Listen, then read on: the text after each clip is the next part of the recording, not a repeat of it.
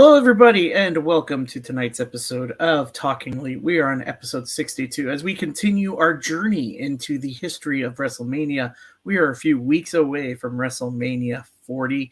It is crazy to think that it's the 40th WrestleMania, and we're almost through our history. So very excited to finish it up, and we got a lot of fun topics to talk about after this whole brief history of WrestleMania. For tonight, so far right now, let me introduce to you my partner in crime tonight for right now, unless more people show up. But for right now, it's just the two of us. But my Just fellow... the two of us. Yes, we can make it if we... but my co-host tonight is Mr. Knowledge of everything from the golden age of wrestling to the territories to the 90s. Man who's very knowledgeable, and I love talking with Mr. Jason. Jason, thanks for joining, Mud. How you doing? I'm well, sir. How are you? I'm good. You asked me that when I was drinking my water. Good Lord. Yeah, no, I'm good. Very excited to continue our journey into the WrestleManias. I know it's been a long journey for everybody. I know it's a lot to take in because it's a lot of WrestleManias, but I figured it'd be something fun to do. And then afterwards, we'll get back to normal topics for Talking Elite. I got several, one of which Jason actually and I kind of connected with because we both had the same idea. But for right now, we're going to finish these last two Thursdays for the Talking Elite history of WrestleMania. But before we do, we're going to talk a little AEW here because we were talking about it a little bit on air. Jason, we were talking about before we got back on the air. What did you think of Dynamite last night? Overall, a good show. I didn't, like I told you before we came on, my favorite was the women's match just because of the finish. It didn't make Tony look weak. She caught a pinfall kind of out of nowhere, set up the challenge and, set up Thunder Rosa. Not only can I never lost the title, but now I've got a pinfall victory over you. Where's my title shot? Seemed to be a little dissension between her and Deanna Purrazzo. And then, I didn't care for the finish of the Edge Christian match, or Adam Copeland, excuse me. That to me, my opinion, again, this is all my opinion. When you do an I Quit match with a heel and you want to definitely go one way with your baby face, that's you want a strong finish to it to make the baby face really look strong and the heel look like the chicken shit heel he's been being for the past however many weeks or month, whatever the case may be. And to me, that finish could have happened at the beginning of the match. I mean, you got somebody handcuffed in the corner and about to, hit them with a bat full of spikes. Like, yeah, no, go ahead, bro. Take title. I'm good. That's just my opinion on a good match, though. They're always entertaining. And I'm still waiting for that Willow Nightingale heel turn to go with Stokely. Chris Statlander's not going to be the one to go with her doing the sign language to for the deaf community and the kids she talks about that she does it for, so they can enjoy Right. it. Just so I can't see them turning her, but I keep waiting for it, anticipating. So we'll see where it all goes. And you're talking about the covering the WrestleManias. Like I said, I'm still clueless for the first time in a long time. I have no idea where all this is going. Yeah, no, I totally agree. I think last night's Dynamite was really good. You actually had some title changes last night. Obviously, we talk about the Edge and Adam Copeland and Christian match with Copeland winning the TNT title. Even though Taz but also didn't call him Edge. Yeah, exactly. They call him Edge. But also you had the Rainmaker Okada winning the Continental title. I'm glad you brought that up. That actually I remember it slipped my mind, and again, maybe I'm overcritical. And I again, just my opinion. Everybody likes what they like, and with the stuff that we've talked about with AEW, for example, with a lot of the where they look like they should have just killed somebody with 8 to 10 moves, and they keep kicking out and kicking out and kicking out. And this is not a knock on him. This has been his finish forever. But then you got a guy that comes in and we've seen Eddie Kingston go through wars and kick out after finish after finish after finish, and then you got a short arm clothesline that beats him. And it's just like I'm all for it if it can maintain to get over without the fans turning on it because of it's not that spectacular move that you're used to seeing for a finish from AEW.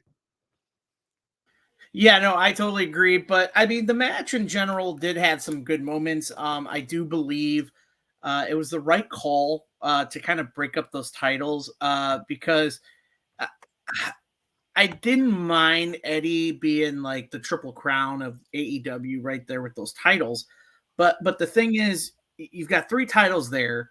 Obviously, you need to break them up. They're kind of like, the when someone's a double champion, like Samoa Joe, when he was the TV champion and he was the TNT champion, he's got all the belts. We get it. We want to, kind of pay our respects to people kind of holding their titles, but it kind of diminishes the rest of the roster who can't hold those titles.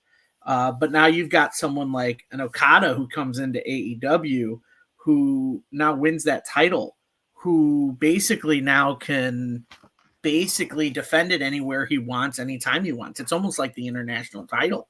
And so I kind of like the idea that those titles can get separate. Now, Eddie is still Ring of Honor World Champion and New Japan Openweight Champion. And so my thought is, if you wanted to keep one, because honestly, I'd love to see Jay Briscoe win that world title, the Ring of Honor World title at Death Before Dishonor, because he's kind of earned it.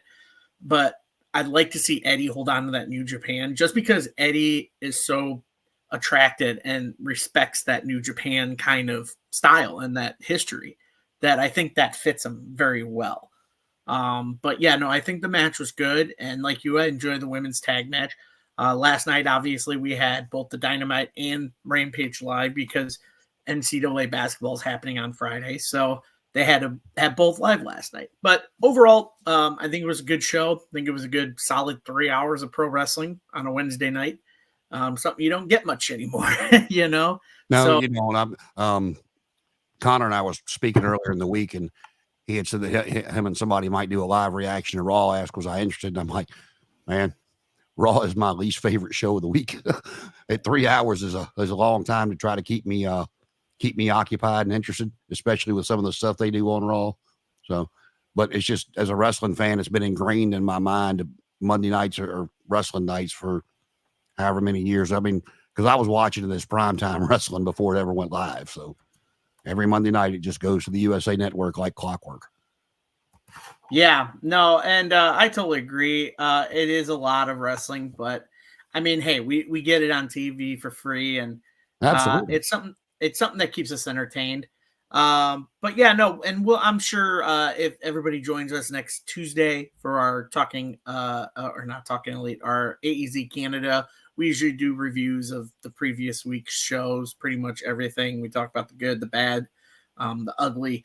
So, you can always join us there. We always have our live reactions, which we always enjoy doing. But yes, so at the job at hand now tonight, we do continue our journey into WrestleMania. We've got 9 more to cover before we move on to WrestleMania 40. And but last week we did 26 through 30, and some good matches there. A couple of solid matches between The Undertaker and Triple H. Now, these next couple of WrestleManias is where we start to see kind of like the career wind down of The Undertaker. Some of his matches that he has, after 30, the streak's broken. So now it's a WrestleMania match with Undertaker, as some would say. But there's still some good stories there. So we start tonight on WrestleMania 31. This one took place in 2015. It happened at Levi Stadium in San Francisco, in Santa Clara, California, actually. This was actually deemed a very good pay-per-view. A lot of people gave it a lot of positive reviews on this pay-per-view, this WrestleMania. Probably one of the better WrestleManias. Based on match quality, people were saying. They said the bill wasn't great, but the match quality was fantastic. But, I won't go over the pre-show matches, because that's, something that we really don't talk about here. I will mention one, though, because it is kind of a staple for the next couple of WrestleManias, and that's the Andre the Giant Memorial Battle. That happened, and Big Show actually won that. But the opening match was the ladder match for the Intercontinental Championship, which involved Daniel Bryan, Bad News Barrett, Dean Ambrose, Dolph Ziggler, Luke Harper, R-Truth, Stardust. Next was Randy Orton versus Seth Rollins, who at this time was still the Money in the Bank briefcase holder. Then you had Triple H fighting Sting, kind of a WCW versus WWE kind of grudge match. Then you had AJ Lee and Paige team up to take on the Bella Twins in a women's tag match. Then you had John Cena fight Rusev for the U.S. title. Then you had Undertaker versus Bray Wyatt, probably the one of the most built up storylines for WrestleMania, just because of both of their personas, both being the dark side and the evilness. Then you had the main event was originally Brock Lesnar and Roman Reigns, and then this is the famous Seth Rollins cash in to make it a triple threat to win the WWE title. So as we look over this card, Jason, what are your thoughts on this card for WrestleMania 31? Well, I was sitting here like we talked last week about some of the buildups between the second Shawn Michaels Undertaker match, then the two Triple H matches, and the buildup was even like going back to 25, the buildup for the dark versus the good with Shawn Michaels the Undertaker the first time around, and you said it at the top.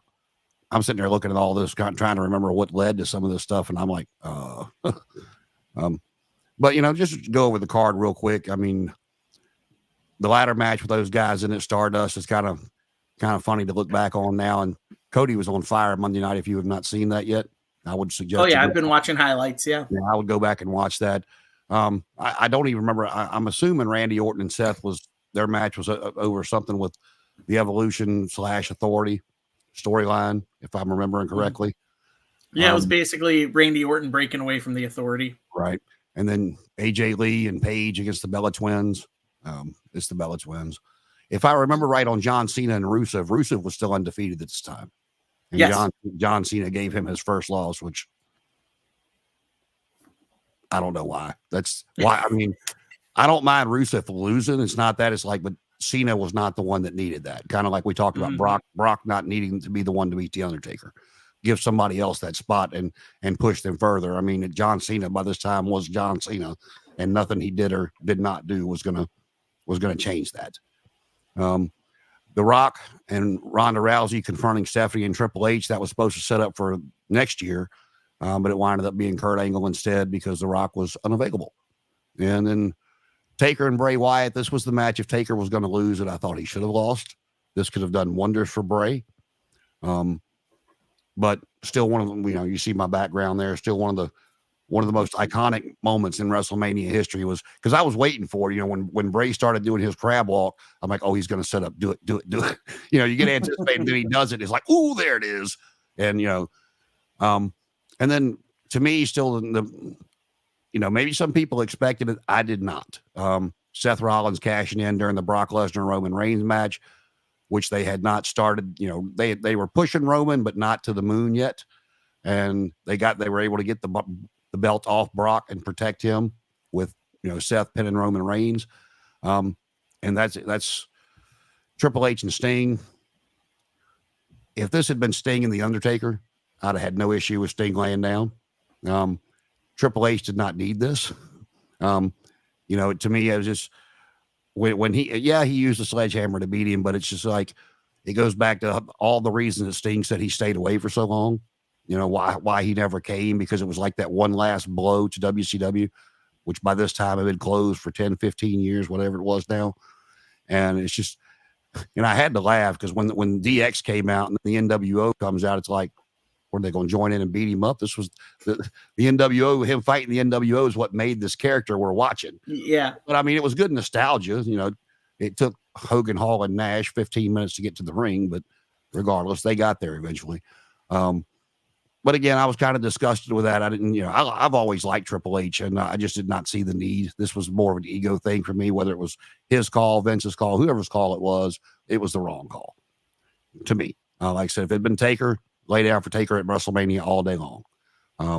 That's kind of, WWF icon versus WCW icon. I'm okay with that. But Triple H in that spot, I mean, just didn't do anything for me.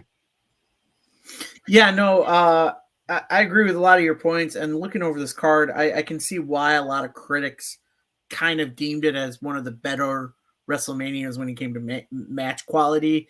because some of the buildup was kind of not there because you had a lot of disorganization with the build up. Obviously, you had the Roman Reigns build up to be in the next big face of WWE. But going down the card, we look at the first match, Daniel Bryan, who in the previous year was the main event and won the title, but this was right after he won the title. Then he got injured and had to vacate the title. And so with that, it's nice to see him open the show and actually win the Intercontinental title, which I believe was well deserved for him. And like we said, yes, Stardust, another character of Cody Rhodes that just didn't really stick with him and just made it a joke. And what he's doing now with all his promos and his build towards WrestleMania 2 years in a row, especially the storyline between him, Roman, Seth, and The Rock, is just wonderful work. The next match, Randy Orton, Seth Rollins, probably one of the better RKOs I've ever seen in a match, with Seth going for the stomp, going up in the air, and Orton catching him. And you can see it in Orton. I feel like Orton and Seth executed that RKO perfectly, just because of the way Orton reacted, doing the little like I got you with the RKO, but also like, dude, that was awesome. Like, we did it. Like, it was great. It was beautiful. So that was one of the better RKO moments in a Randy Orton match. And like you said with the Triple H Sting match, this was more so WWE putting the final nail in the WCW coffin, as it were. For me, it was just more so, hey, we finally won the Monday Night Wars, because Sting was basically the last puzzle piece of that WCW versus WWF 90s war, Monday Night War thing. So him getting pinned by Triple H, again, like you said, Triple H didn't need it, but it was basically WWE saying, we finally got you. Yeah, we won. Yeah, we're done. It's buried, gone and buried. So that's my take on that. AJ Lee and Paige. This was actually AJ's return match to WWE after a while, because I think she was either hurt or she took some time off, but she came back to team with Paige, and they beat the Bella Twins. That's all I can remember from that. John Cena and Rusev. Yeah, Rusev was undefeated. Him and Lana had some really great heat, being the foreign enemies, kind of replaying that 80s, 90s foreign enemy kind of character coming over the States, bad mouthing the US, and someone more like an American hero would come in and kind of fight it. And I agree, John Cena was John Cena. I think this was more so like Danny had said before previously about the John Cena ego kind of thing, of the golden shovel of burying talents that he didn't need to bury. So I honestly think it could have been someone else to beat Rusev. You could have put a number of people against Rusev. I mean, you look at that ladder match for the Intercontinental title, and you could have put any of those guys against him, and it would have been like an American hero going against Rusev, Absolutely. Then again, the Undertaker Bray Wyatt match, like you said, I think if anyone needed the win at WrestleMania against Taker, it should have been Bray Wyatt. It could have skyrocketed him to the moon. And I think to myself, I wonder if Undertaker had the idea of putting Bray over, because card is subject to change at any moment in professional wrestling, and so sometimes you hear stories that the script changes like 4 hours before a show. So you're thinking maybe originally Bray goes over Undertaker, but someone backstage says, no, Undertaker, we're going to give you your win back from last year. Just because we built on that and we don't think Bray is there yet, but maybe it was Undertaker, because I remember that moment on Raw, before the Royal Rumble match between LA Knight and Bray Wyatt, of just Undertaker and Bray in the ring, and Undertaker and Bray shaking hands, and Undertaker whispering something in his ear, which I'm very upset we never found out what he whispered in Bray's ear, because I would have loved to know. Every time he was asked about it, he just said that's between us. That was personal. Yeah, and it was very and it sucked, because I'm like I want to know what he says, because maybe it stems from this match from WrestleMania 31 that they built that respect, But yeah, no, that was probably one of Undertaker's better matches, just because of the feel between both of those guys, the kind of the connection they both had in the match. And then obviously the famous Seth Rollins cash-in during the main event, winning the world title. Probably one of my favorite cash-ins, obviously, just because I wasn't feeling Roman as like the main event guy. I think he was still kind of bland and green to me. But what he's doing as like the tribal chief now is good stuff. I just don't think he needs to be holding the title any longer. But I love the character work he does as the tribal chief compared to what he was here at this moment in his career. And obviously, like you said, it didn't really hurt Brock as much, because he didn't take the pinfall. It was Roman that took the pinfall. So it was a decent WrestleMania. The logo was not bad, but some of the entrances were pretty cool. Like Sting coming out to the drums was really cool. And even though he's a bad guy, I enjoyed Rusev coming out on the tank. That was really cool. So I thoroughly enjoyed this WrestleMania 31. Going back and watching it, it was pretty decent. What are your final thoughts on it, Jason? Well, one of the things that I really hated about it was, it being outside, being in, being on the West Coast, was Sting's entrance not being able to have the lights to it, like we're accustomed to. I thought that took away. I like the drums. I agree with you there. I really did. Just didn't. It just wasn't. I don't know. It just that whole series of events just not set right with me. And then they, like I said, the NWO coming out to help Sting was just like, we did watch this, Yeah. Now if they'd had Nash come out with, I'm not sure if Luger was already in the wheelchair at this point or not, but like Nash, Luger, and Hall, with the red and black on, because Sting was part of the Wolfpack. That would have made a lot more sense. But I know Hogan's the bigger name than Lex Luger or one of those other guys. But no, I get it. But again, it was a flat match to me, and I was hoping for more for Sting. I don't know.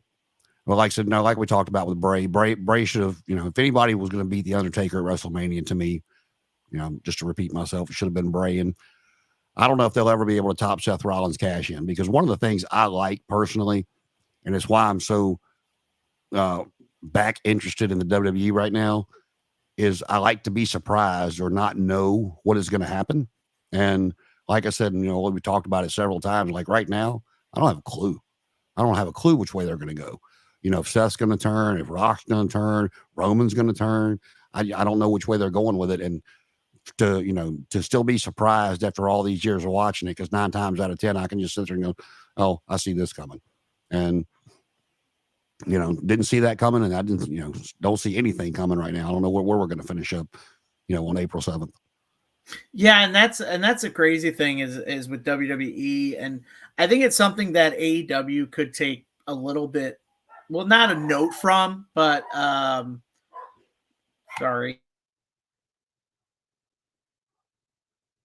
there's a loud dog in the house here, very yippy Chihuahua kind of dog. But basically, what AEW could learn is kind of playing that turn, of giving you that ambiguity of, I don't know if this person's going to turn or that person's going to turn. Like you mentioned with the Willow and Statlander, about who's turning to the dark side, basically, and who's going to go heel. You say Willow might do it, but she does get a good cheer from the crowd. Chris can get a turn, but she also has that sign language, and she's got the fans there. So there is that little mix of who's going to turn first. Kind of like what you're talking about here with you don't know what's going on in WWE, who's going to turn on who. And I think we saw a little bit of that kind of during these WrestleManias of the turn on who's going to turn on who. Especially with, this match with Seth and Randy, because Randy was aligned with the Authority and then he turned face and kind of broke away from that while Seth was still in with the Authority. So, but yeah, no, I agree with all your points on this WrestleMania. And yeah, I think this WrestleMania did have some of the better matches in the later years of WWE. But now we shift gears from this WrestleMania to WrestleMania 32. WrestleMania 32 obviously happened a year later, 2016, held at AT&T Stadium in Arlington, Texas, which I've been to. Arlington's a beautiful city.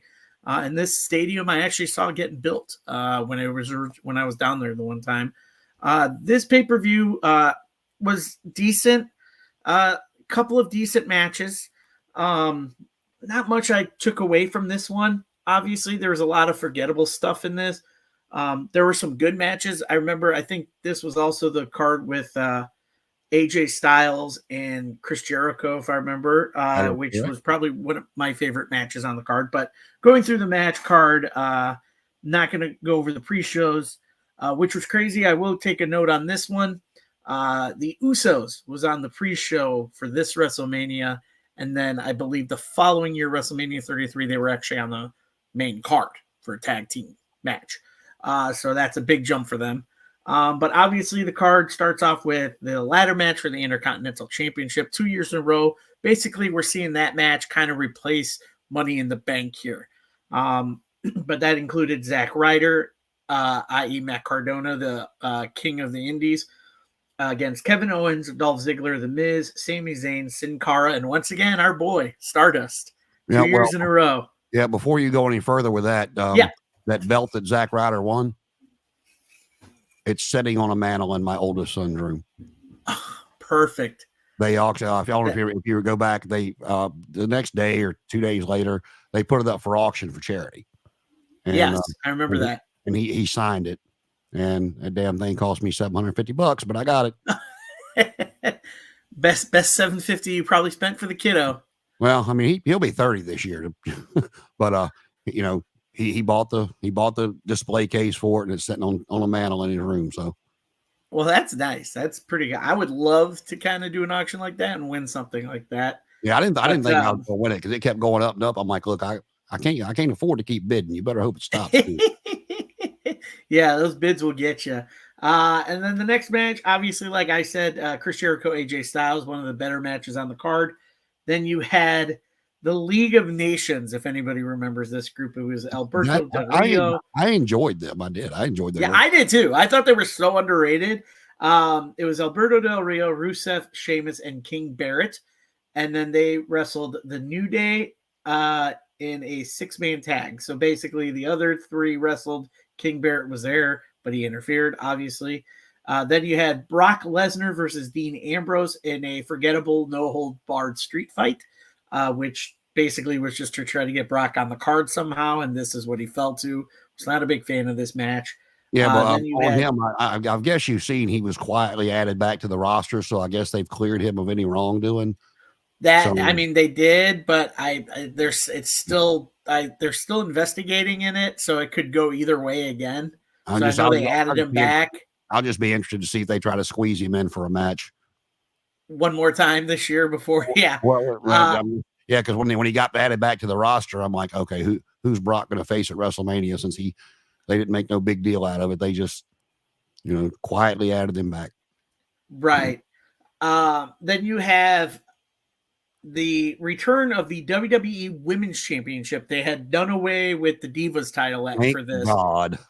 Yes, thank God. We are done with the Diva stuff. This is basically the jumpstart to women's wrestling now, and it was 3 of the better ones, better women on the card at the time was Charlotte, Becky, and Sasha, who now we know is Mercedes Moné.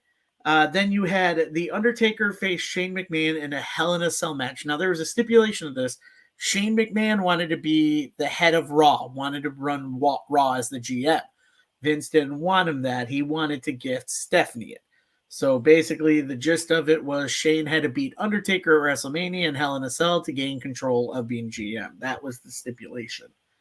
Then you had Baron Corbin win the 20-man Battle Royal for the Honor of the Giant. Then you had The Rock versus Eric Rowan in probably one of the quickest matches, impromptu matches at a WrestleMania in 6 seconds. And then obviously the main event, Roman Reigns. We're going to see a trend here these next couple of WrestleManias. Roman Reigns wrestles Triple H for the WWE Championship match. Jason, going over this card, what are your thoughts? Well, just real quick, the Dudleys came in, even though it was a pre-show, and did what they should have done, try to get the Usos to the next level. And I told you before, I hope they hurry up and kiss and make up because the tag team division is just awful right now. I miss the Usos as the tag team champions. To me, I enjoyed the Chris Jericho AJ Styles match, but it goes back to where Chris Jericho by this point was Chris Jericho, the first undisputed champion. AJ needed that more than Chris Jericho did to elevate him, in my personal opinion. We talked about the League of Nations. I enjoyed their work. I really did. Besides the Rusev Day, I thought it was some of the best work that, Rusev Miro has done. Again, you talked about it. Throwaway match with Dean Ambrose and Brock Lesnar. And I'll get into something real quick here. So I don't want people to take me the wrong way that I'm coming across down on the women of AEW, because I'm not. Britt Baker's been hurt, and like, to me, they Charlotte Flair has almost been put on a pedestal of a Brock Lesnar. I know people get tired of seeing her come back and get in the title picture, but what else do you do with her? I mean, she's got that star power of, it's not just because she's Rick's daughter. She, if they'd have done the same thing with anybody else, every time she comes back, I mean, she's not gonna, she's not that type of superstar that you can just throw out there to wrestle somebody, because they're not going to expect somebody else to win. And then if you throw her out there and get her to do a job to somebody, people just aren't going to buy it. She's just too good. Whether you like her or not, her matches speak for themselves. And my thing with Sasha Banks, Mercedes Moné, is she's good. She is a star, but what I'll be interested to see is when she came up, she had Becky, she had Charlotte, she had Bayley, she had all these different other women that could go just as good as any of the rest of them. So is Sasha Mercedes going to be able to elevate the women's division of AEW? Is she going to be able to help create new stars and put them on a pedestal, or are they going to bring her down? That'll be what I'm interested to see with some of the season work that she's been able to do with these other people that, the ladies of AEW is not a knock against them. They just don't have the experience. They hadn't had some of that, NXT training that some of those girls got from, people like Fit Finlay and William Regal and stuff of that nature, that taught them the psychology and really got them in there to go after each other, which was able to give us a women's title opposed to a Divas championship. For AEW's sake and the fans' sake, I hope she goes in there and can elevate the whole division. I hope she can go in there with Willow or Chris, Julia Hart, any of them, and make them look like $1 million. That's my hope for it. But I'm interested to see which of the two happens with that. The only buildup that I really remember for any of this is the Undertaker and Shane McMahon. You talk about that. I was watching something a few weeks back, and I think it was because Vince McMahon was all over YouTube for the stuff, and so it might have been a little bit longer ago than that. But he was getting ready to present the award to Stephanie for the Lifetime Achievement Award or the Heritage Award, whatever it was, what he was trying to call. And Shane's music hit, and he hadn't been there for a while, his first time back. And he was talking about, Vince owing him money. He would, Vince got in trouble. He had bailed him out, and he was like, "Oh, she doesn't know, does she?" And the whole thing with that. And of course, he made the challenge for Shane to, for the WrestleMania. And then he said he was going to face the Undertaker, and the Undertaker was not a heel at this time. Taker come out, the following week or the week after. I didn't see this recently, but I do remember Taker come out and like, "That's your son. You really want to do that to your son, because this is WrestleMania and this is what I do." And so I remember the build up for that. Corbin, they were trying to get people to, over with the Andre the Giant Battle Royal. Unfortunately, it didn't really work for him. They've tried 85 things with that dude, and it still just don't work. I don't know if you watch any NXT, but him and Braun Breaker together has been kind of comical as the Wolf Dogs winning the tag team titles. Probably the best work I think I've seen Corbin do, to be honest with you. And I know they got to get those titles off of him because Braun got called up to SmackDown, but Corbin's doing good work with him. I remember John Cena coming out to help The Rock with the Wyatt family as the Doctor of Thugonomics. I remember him coming back with his Yankee jersey and his hat on backwards and the damn padlock wrapped around his neck. I think that was actually 34. Was it 34? He came back. Yeah, this was just regular John Cena. Okay. Either way, but he wasn't on the card, so he just made an appearance. He did the Hulk Hogan routine. Yeah. And to be quite honest with you, I mean, I remember the match, but I didn't remember Triple H being world champion again at this point. It was kind of, to me, it was like, okay, you're going to get Roman whether you like it or not. So here you go. Yeah, I mean, looking at this card, I was very happy Zack Ryder got a moment with the Intercontinental title. I think he hadn't gotten a moment before, and obviously it was really cool to see him win the title again. Win a title again because he had been U.S. champion before and then now Intercontinental champion. And just seeing what Matt Cardona is doing on the Indies is just so awesome to see. He's, like I said, the indie darling. He's the king of the Indies, and I love the work that he's doing. And honestly, I'd be happy if he never signs with a major promotion, just keeps doing his indie work because he does such an amazing job doing his indie work right there. So seeing him win the opening match of a WrestleMania was really cool. And I believe he did it with his dad in the audience. So that was really cool to see too. Obviously, you touched on the Chris Jericho AJ Styles match with AJ needing it more as he actually just came in. You know, he came into, you know, WWE at the Royal Rumble that year. You know, was his debut, and now he's getting a match with Chris Jericho, and you know, Chris Jericho comes over. There was a lot of good back and forth. There were some good moments. Obviously, the League of Nations, like we talked about, probably one of the most underrated factions in this era of WWE, this PG era, kind of like. Definitely enjoyed their work. Yeah, if you go back in the annals of history, that was Paul Jones' army without Paul Jones. Yeah, exactly. Everybody do your research on Paul Jones' army because that's a yeah. But Brock Lesnar, Dean Ambrose, throwaway. Obviously, this for me just felt like they were trying to get Brock on the card, and they had no one for him to feud with because obviously Roman was feuding with Triple H, so they just threw him with Dean Ambrose. So not much on that. I will say I will start kind of agreeing with you on some of your thoughts on the women's match. I thought it was really cool that they brought back the women's title and got rid of the Divas title. And your thoughts on Mercedes Moné is definitely up to where I agree. To where I want to see what she does in AEW. You've mentioned that she can go with some of these women in WWE when she was there. Can she elevate the stars in AEW? To that extent, I think yes, but also have some great matches because you got some matchups that she's never had before. Britt Baker, Jamie Hayter, Chris Statlander, you know, Willow Nightingale, a rematch between those two is great. And Julia Hart, Sky Blue, you can name the roster, and she hasn't had any matches with these women before, you know, and so you kind of want to see what she can do in a match with some of these women, and hopefully she elevates that division and not be just plastered all over it to be I'm taking over everything from these women. Like none of them are going to get elevated, blah blah blah. Which I hope never doesn't happen. I hope she helps that division. But the match itself, I enjoyed it. Some good moments.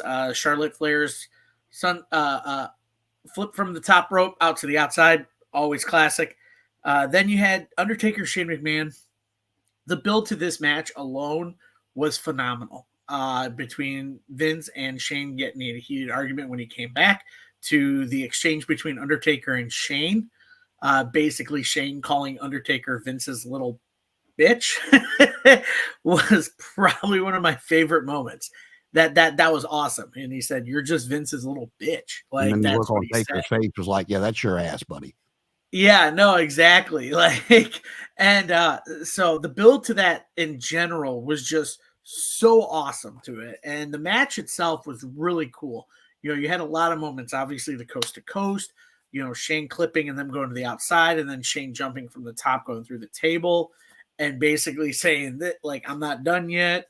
The nice one is the ode from the Undertaker, who just patted Shane's head before tombstoning him and winning. But obviously, we know the story from that. Shane impressed Vince enough to where Vince said, "All right, you can run Raw." So, I mean, it's just, you know, that match almost meant like, okay, we just get a Hell in a Cell banger match, and Shane still gets to run Raw. So, I mean, who honestly won here?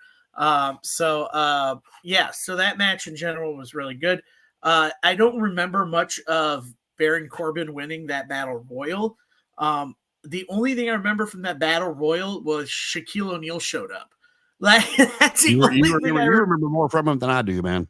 I remember Shaq showing up, and like I was like, why is Shaquille O'Neal in this battle royal? Like, I don't get why he's here. And then I think he ended up showing up in AEW too. I'm like, maybe he's just a big wrestling fan. So I'm like, okay, cool. He's just here. But that's all I remember from that match. Then we have the Rock 6-second match. It was just hey, let's give Rock a win at WrestleMania again. Here's 6 seconds. So and then like you said, John Cena shows up and everything like that. But yeah, no. Then you had the main event. The only other spot I remember from that main event was Roman spearing Stephanie McMahon. That's the only big moment I remember from that match. Obviously, like I said previously, we're about to see the Roman WrestleMania run here, kind of like how we saw the John Cena WrestleMania run from like 21 through like 24. So we're about to see a lot of that with Roman Reigns. Hence why they both had a match against each other a couple of times. So this wasn't a bad WrestleMania, but it wasn't a great WrestleMania. There were some moments that were hit and miss. Again, the biggest takeaway for me was the rebirth of the women's wrestling division, other than a divas division, because now they're focused on women wrestling. So that I kind of took away from this WrestleMania, because that match kind of establishing women's division for women's championship kind of wrote out the next couple of WrestleManias and kind of built to what we get over the next couple of WrestleMania, especially WrestleMania 35, which we'll talk about tonight. But overall, it was a good pay-per-view. Jason, what's your final thoughts on WrestleMania 32? Well, like you said, it was the beginning of here's Roman. And, with him winding down, it'll be interesting to see who's next. I mean, because Cody's not a spring chicken. He's not going to be around for, however long, for that next John Cena, Roman Reigns type WWE guy to come along, they shove down our throats till we, really start to embrace them, or they start doing something we like. And, we'll see with the new regime if it's the same old, like, because for the longest time, the fans just did not want Roman, and Cena was the same way. And they just kept on and kept on and kept on. And, now Cena's just become, he gets the pop when he comes in because he's never there anymore. And, Roman's character to what it is. I'll tell you that I don't even remember why I had flipped on the TV that night, but when Roman had came back after COVID and and the camera panned over to Paul Heyman, I was like, oh, okay, you just caught my attention again. And because I really, it's on, but it's like I said, it's more of a habit than anything else. And there's just a lot of times it's on in the background, and, I'll have to go back, rewind something if something happens. But this was the beginning of where, kind of where Roman was starting to go. Yeah, no, like you said, this was basically the run of Roman's run is what I like to call it. I like to call it Roman's run. Kind of like Logan's run, but Roman's run. I can't even speak. But yeah, no, this was basically his kind of little John Cena-esque run to WrestleManias. And like you said, it's something people weren't excited to have Roman main event WrestleMania back to back to back to back, and they were looking for something different. Unfortunately, it was still Vince McMahon's baby, and he wanted to push Roman down our throats, kind of like how he wanted to push Cena down our throats.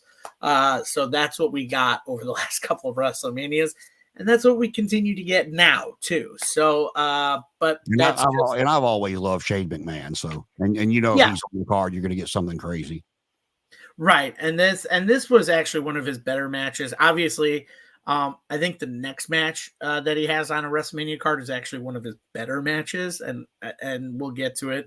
But moving on from that, we move on to WrestleMania 33, 2017, happening at Camping World Stadium in Orlando. And this is actually when we got the brand split again. We had Raw and SmackDown again. So now we have titles for both brands. Now we have Raw tag team titles, SmackDown tag titles. Now we have a Raw Women's Champ, SmackDown Women's Champ. So now we have those. And I believe this is where we had the Universal title and the world heavyweight title. So now we have titles in the brand split. And so we go down this card. It's a very interesting card. And it had a big moment in it as well.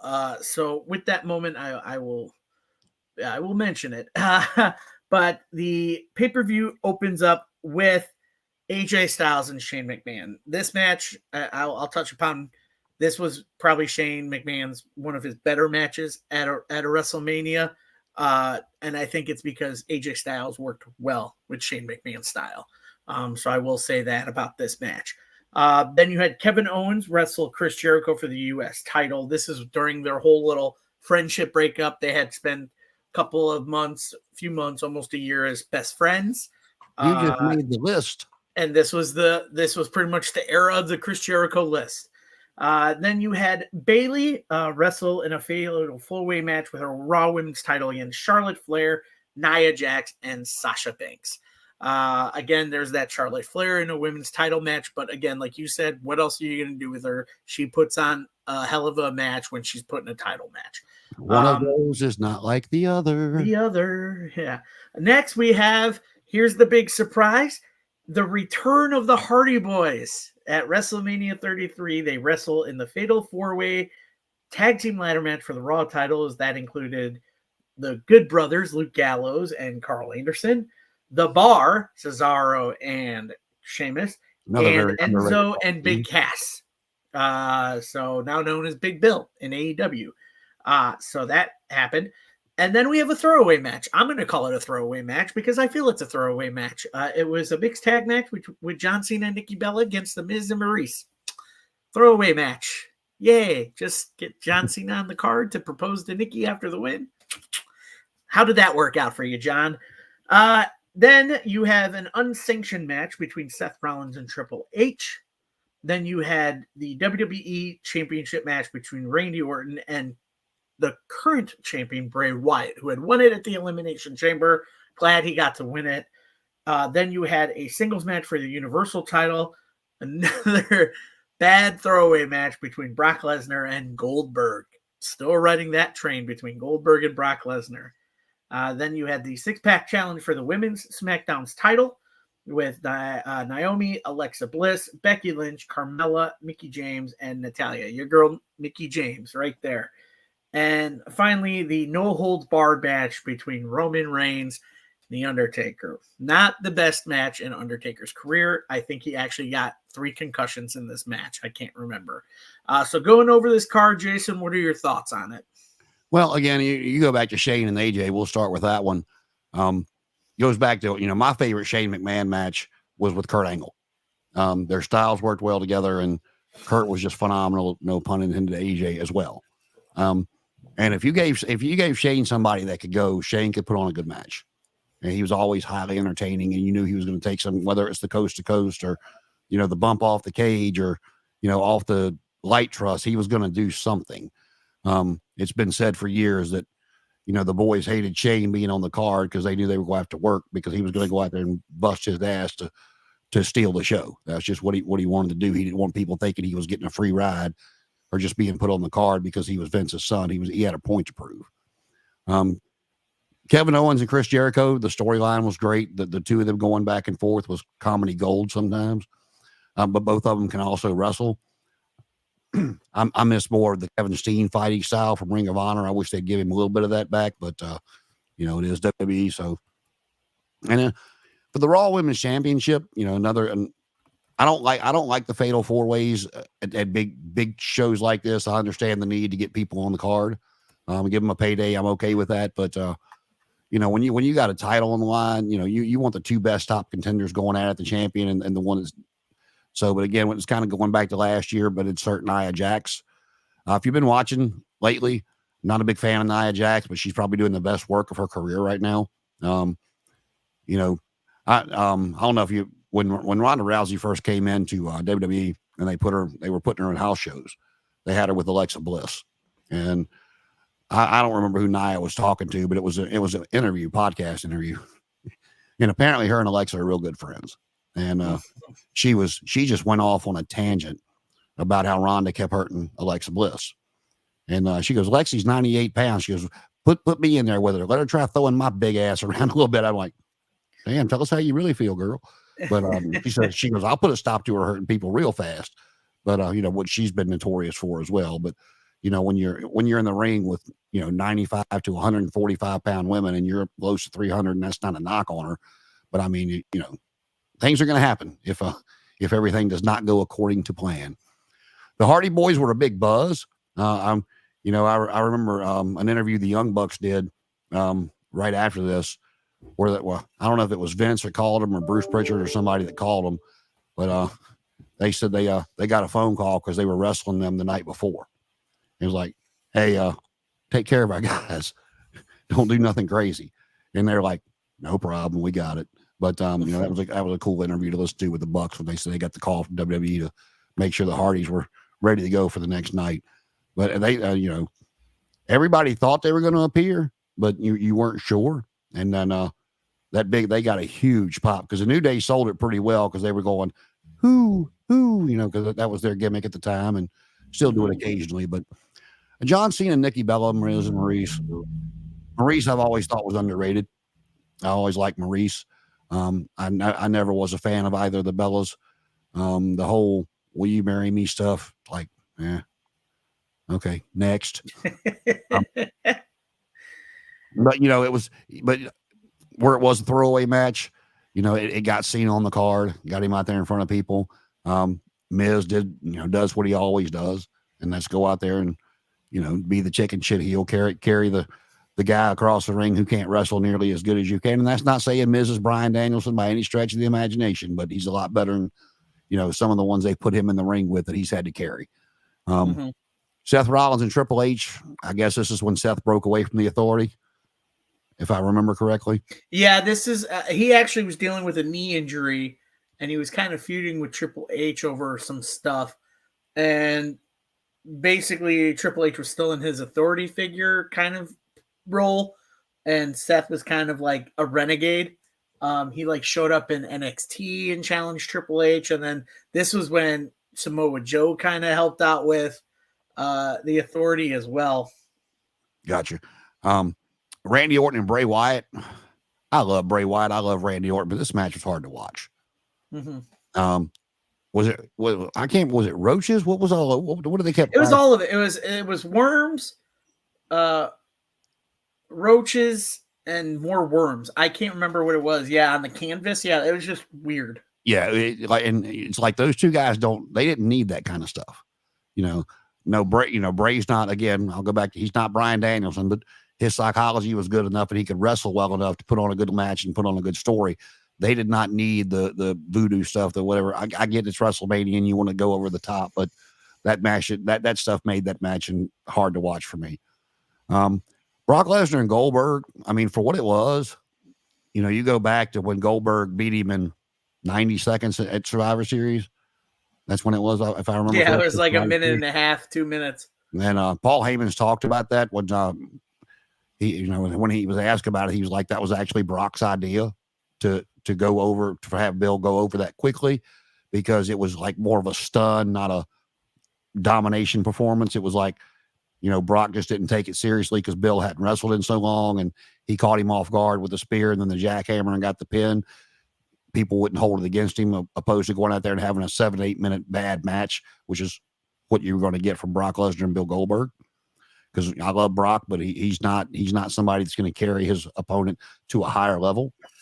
And then bringing out the SmackDown Women's title. Naomi's first title run in there with some good people. I'll be interested to see when Carmella comes back. I always enjoy Carmella.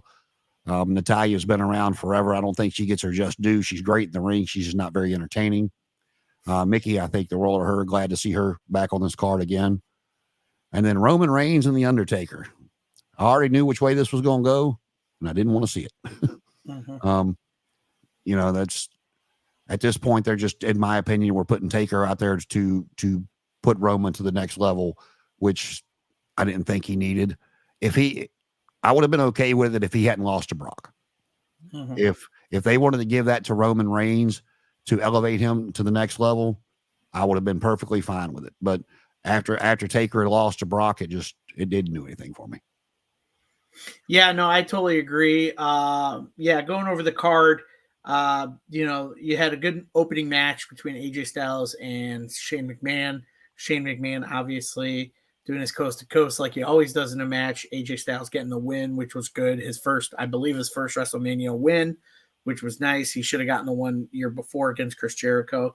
Then you get the battle of the old friends between Kevin Owens and Chris Jericho. Again, this was just chance to put a title on Kevin Owens again.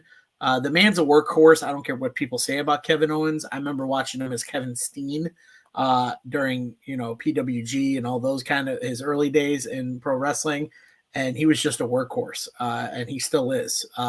So it was really cool to see Kevin Owens get a title again after basically losing it to Bill Goldberg just for this WrestleMania match with Brock and Bill. The 4-way match, again, like you say, it was an elimination match. And yeah, Nia Jax at this time, not really great, kind of green in the ring, still more of like the hulking mass, hard to move object in the ring. And it took all 3 women to pin her and get her out of there. But like you said, did you see her debut years ago in NXT? I think so. Yes, it's been a while, but I think I remember it. They kept showing all these vignettes, but all they showed her was from the neck up. And the way they had her made up, she looked really pretty. And yes, when whatever pay-per-view it was they had when she made her debut, they were showing that same kind of shot of her, and then the curtain or whatever they had in front of her, like busted away. And holy hell, that's a lot of woman. Because it didn't the way they were showing her, they didn't show that she was her. I think they pad her. I think they pad her because if you see her outside of her ring gear, she's actually not as big as what people think. Well, she looked. She looked like on TV. She looked like either they're not padding her as much or she's actually lost some weight. She doesn't look as big as she used to be. Yeah, no. And what she's doing now is some good work. I think it's probably some of her best work right now, being intertwined in all these, stories with like Rhea and Becky and Liv and all that. I think it's great. But yeah, Bayley going over. I think this was still during her hugger time, and this was some of her best work. Which I know Bayley's got a women's title match coming up here, and I'd actually like to see someone like a Charlotte Flair come back and take, Bayley's side, even though with all the history Bayley's had with everybody with Damage Control attacking all these women wrestlers. You're starting to see it now with Naomi going like, I know I've been away a while, but I feel for Bayley right now, and then you had that Bianca Belair kind of indifference because of everything she's dealt with Damage Control, because she was the first victim of Damage Control. But Bayley in her hugger stage retaining her title. The Hardy Boys. My biggest thing when Mercedes signed with AEW was, I was kind of hoping for that horsewomen reunion to take on the 4 members of Damage Control, and I'm like, oh boo, okay, we're not getting it. Yeah, the Hardy Boys obviously talk whispers of them possibly returning to WWE. Same as with Cody Rhodes at WrestleMania 38, it was kind of kept out of view of the audience to see who was showing up. Like you said, the New Day came around, and once they announced New Day as the host of this WrestleMania and that tag team match was happening, the music hits, people are like, oh, okay, so now they're just going to insert them. Some people said they're going to insert themselves, but then they said it's a fatal 4-way. They're like, I wonder who the 4th match is. They're playing that, oh, it's going to be us. We slowly walk, and then the Hardy's Boy music hit. Crowd goes wild. Probably one of the better returns at a WrestleMania. Really excited. And it was basically the broken Matt Hardy character. Yep. Basically. And if I remember right, that was the biggest pop of the night. Oh, yeah. It was a huge pop of the night. It was. Definitely was. So it was really cool to see them come out and actually win. Then you had the John Cena, Nikki Bella against Ms. Maryse. Maryse definitely totally underrated. I know she was a 3-time Divas champion, I believe. Very underrated in the ring. Obviously now she's a mom. She wants to focus more on that now, which is fine. So but still does great work when they bring her back. Yeah. The few occasions they bring her in, she's, I mean, and I'm not much one for reality shows, and it's not one that I make sure that I watch every time it comes on. But if I'm still sitting there and, Mr. and Mrs. come on, I watch it. They're comical together. Yeah, no, I love The Miz. I think he's hilarious. Seth Rollins beating Triple H. I actually thoroughly enjoy this unsanctioned match. I think Seth Rollins, not this. One of the bigger highlights of this match is kicking Triple H into Stephanie and Stephanie going through the table. I think that was a big moment in the match. And then him hitting the pedigree on Triple H, his own move to win. Then you had Randy Orton, Bray Wyatt. Yeah, this was another weird match. This was a weird storyline. This was basically Randy Orton was kind of part of the Wyatt family and then broke away from it after Bray won the world title. So I don't know what they were doing with it.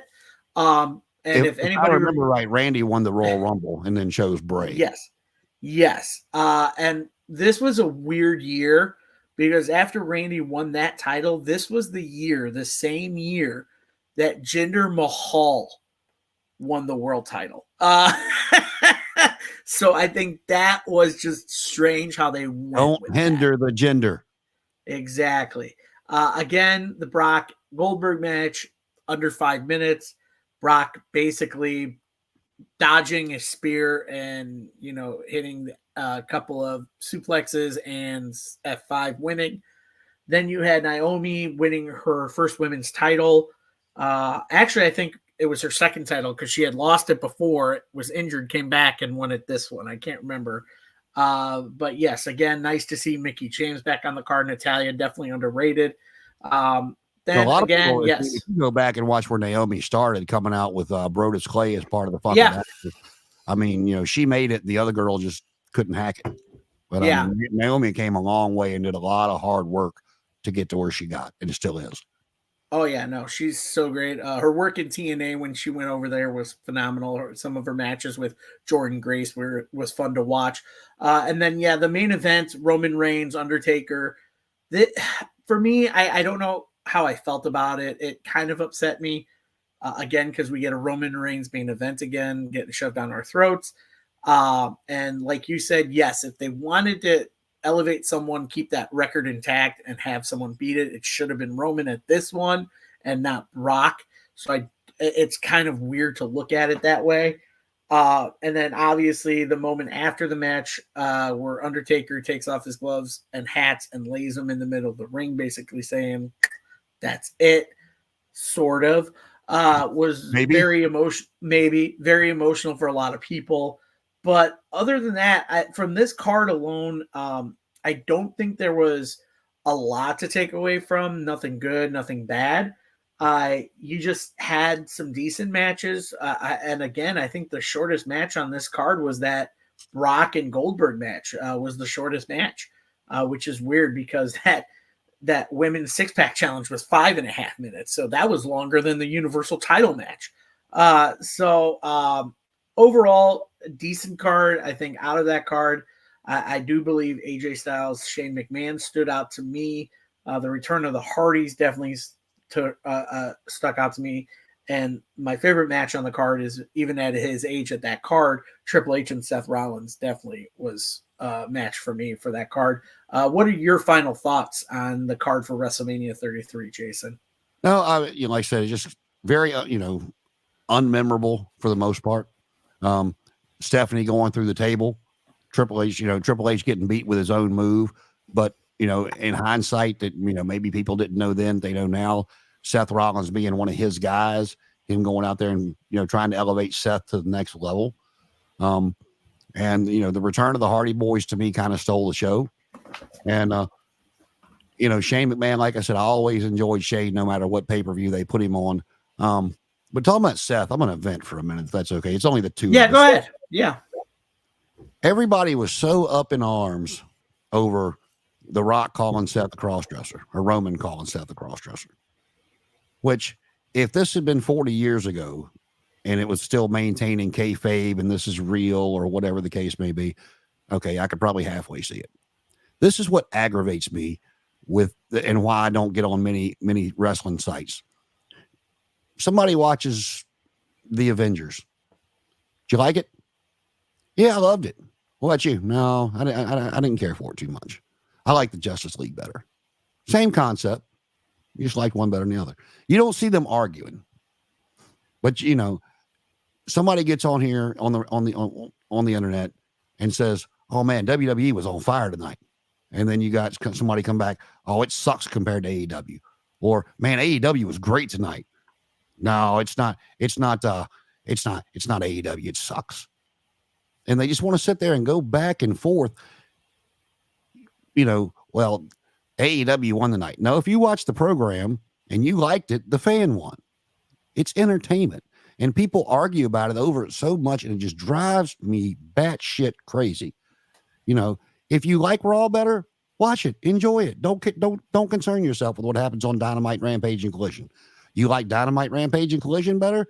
Great, enjoy the show. Don't concern yourself with what happens on Raw and SmackDown. I mean, I just don't. I don't, for the life of me, as a clearly functioning adult. If you just want to get on troll, you know what? More power to you. But like what you like. And again, it's entertainment. It's not how Roman Reigns, I'm sure, feels in real life, or, Joe Anoa'i feels in real life. But, it's entertainment. You hear, you watch Law and Order, especially SVU and the crimes they cover, or any movie or stuff that gets covered. It's covered in entertainment. Stop attacking things because it happens on a wrestling show. It's entertainment. Sorry, go ahead. No, because I'm going to jump on this because I go on rants all the time. Obviously, everybody who watches the podcast knows me. I dread to death the idea of tribalism, and it breaks me down to my core, because it feels like I can't even go on a wrestling page on Facebook without seeing someone bashing one or the other products.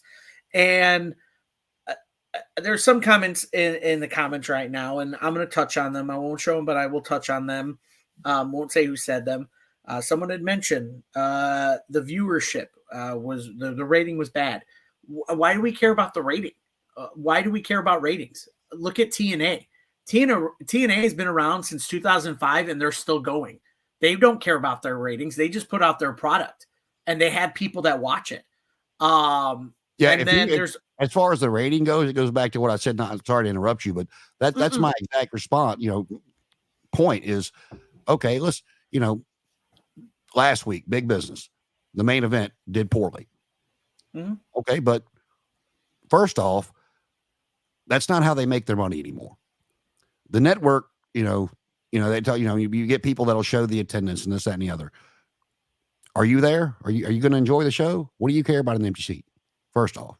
Second off, if the ratings drop to 630-some thousand for the main event, were you one of the 630,000?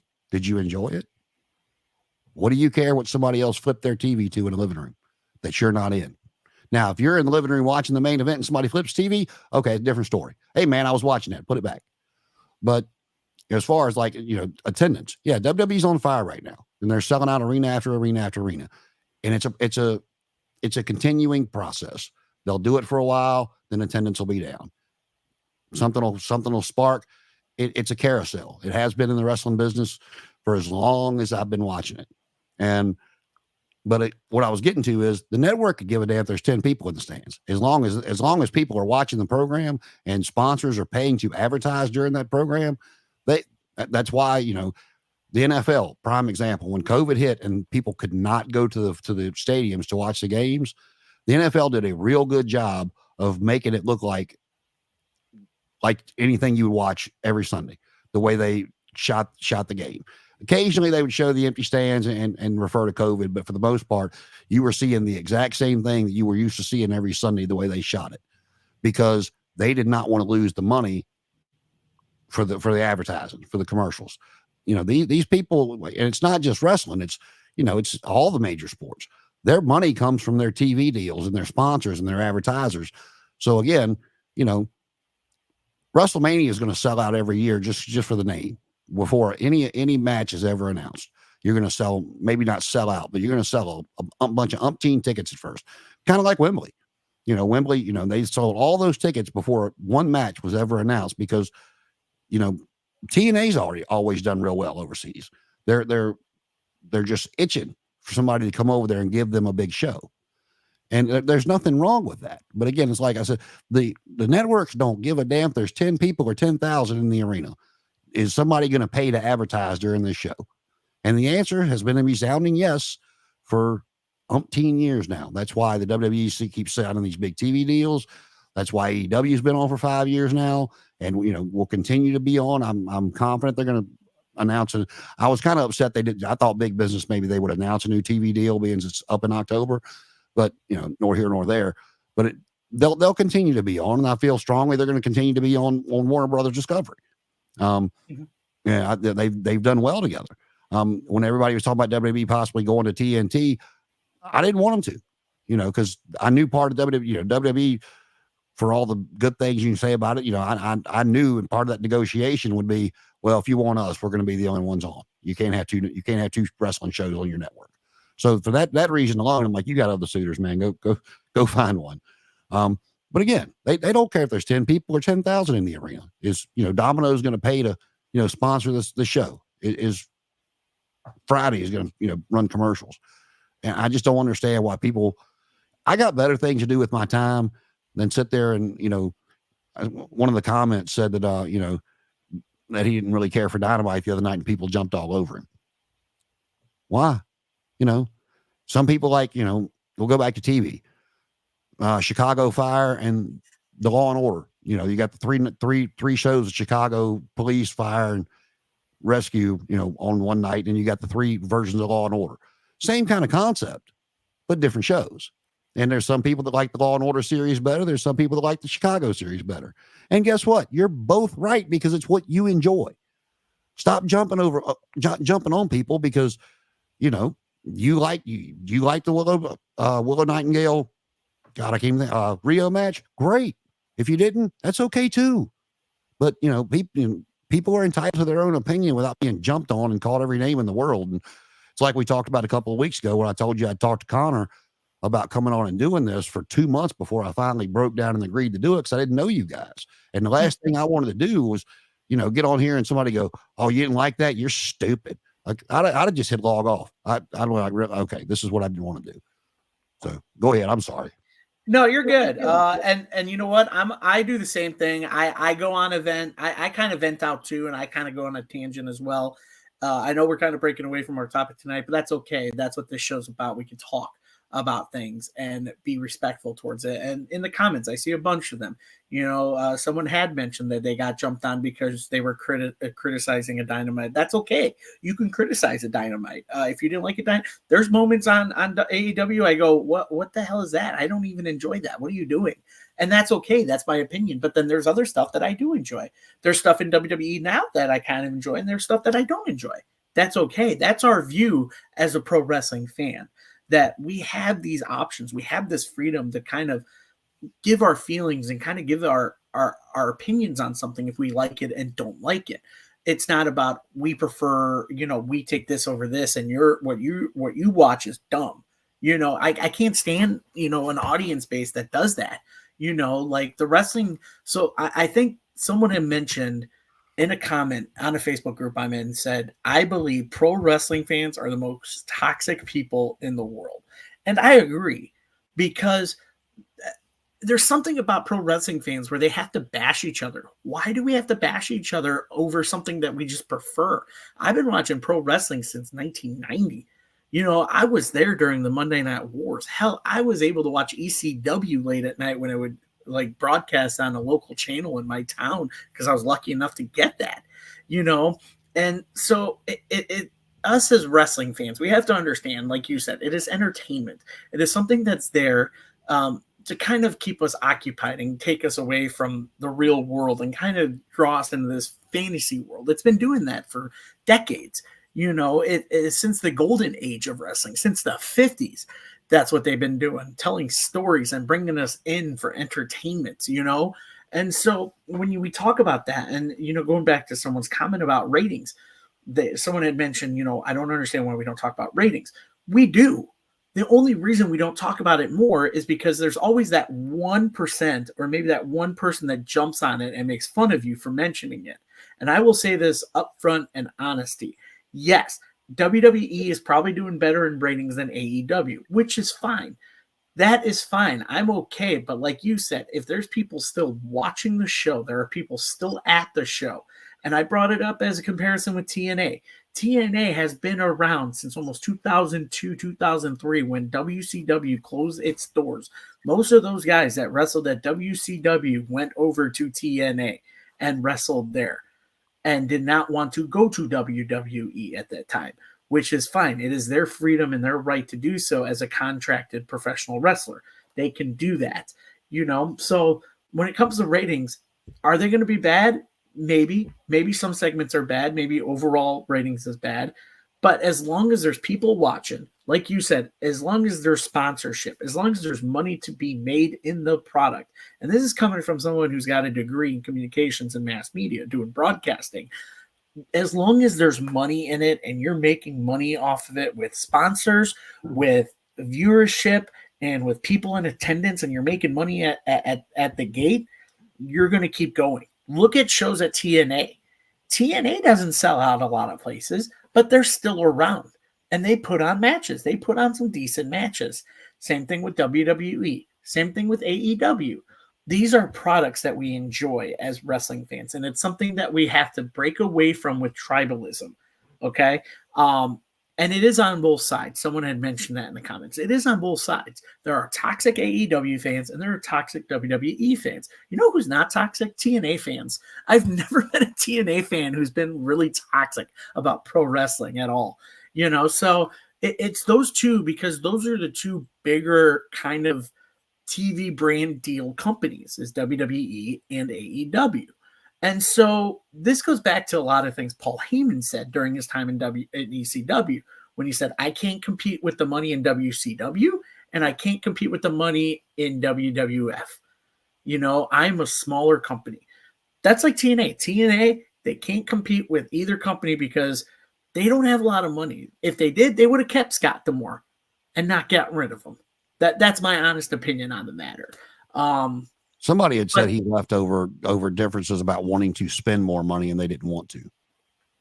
Again, that goes back to my philosophy with Paul Heyman back in ECW, where he says, I can't front this money. You know, we just don't have that billions of dollars those two big companies have. And that's what AEW has. They have billions of dollars, regardless of what people say that they don't have money because they're not selling out arenas. And WWE just got a merger with another company that basically is a big conglomerate that now owns UFC as well. So to say at least that most of the community is toxic, it is a fair statement. But there are those people out there that are reasonable. Like some of the people in the comments, you guys are reasonable. You guys are awesome for tuning in. You guys have your opinions, and that's what we love on this show. I love people's opinions. I love reading the comments, showing the comments, talking about the comments on these kind of shows, because this shows that there's people out there that are reasonable and can talk about this and not get offended, angry, name calling. Like you said, Jason, don't call you out as an idiot for something that you didn't like or you did like. That's what I like about the comments and the viewers of this podcast. You know, they're open. You know, they're cool to talk about things, whether they didn't like it or they did like it, numbers, ratings. It's fine. This is something we all need to be open about talking about, because this is an entertainment, and we have to understand that, yes, there's ups and downs, but if it's something you prefer, you prefer it. If it's something you don't prefer, you don't prefer it. You know, it's as simple as that. It's not so much of attacking someone because of their view on a promotion, you know. And it's just crazy to think that. And I appreciate all you guys, you know, in the comments talking about it and mentioning it. I do appreciate that. And there are some things that need to be fixed within AEW. And actually, I will announce it here because it is one of the things you and I talked about one of the newer episodes of Talking Elite after the WrestleManias. One of the episodes coming up after our talk with these WrestleManias is the assessment of Tony Khan. Will be a Talking Elite. Just to let you guys know, we're going to go over, it's 5 years now that the company's been around.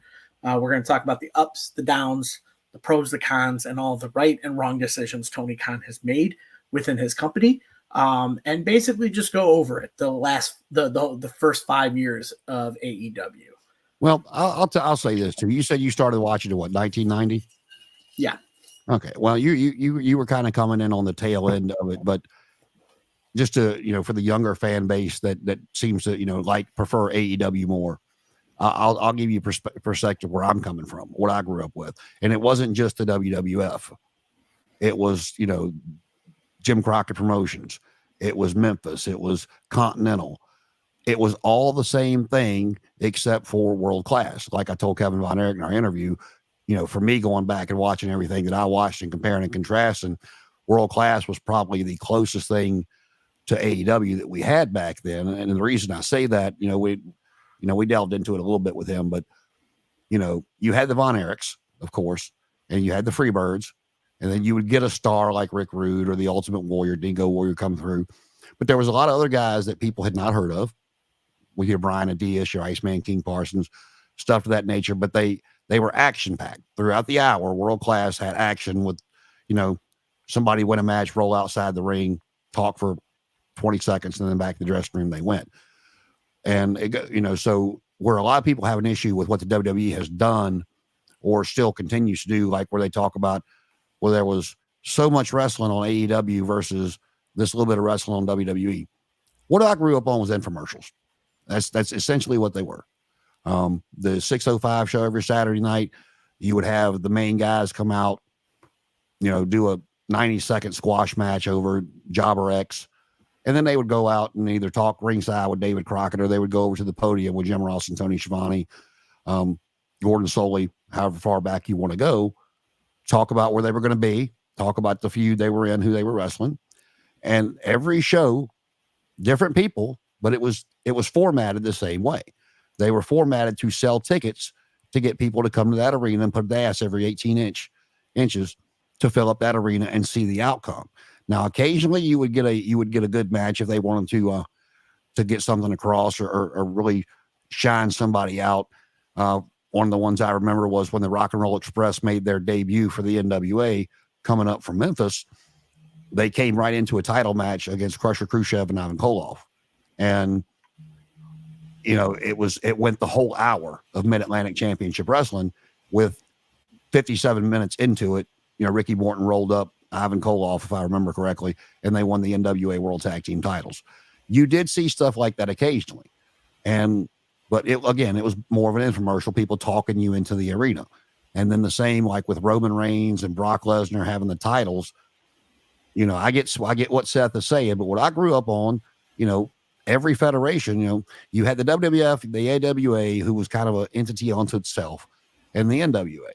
And Flair was traveling around, or Dusty was traveling around, whoever was champion at the time, going overseas to Japan to defend the belt, going to the different territories to make their top guy look like they should be the NWA World Champion, but they're not. The match won a time limit draw, whatever the case may be. Hulk Hogan was never on TV as a WWF champion until they were getting ready to set up the next pay-per-view angle or Saturday night's main event.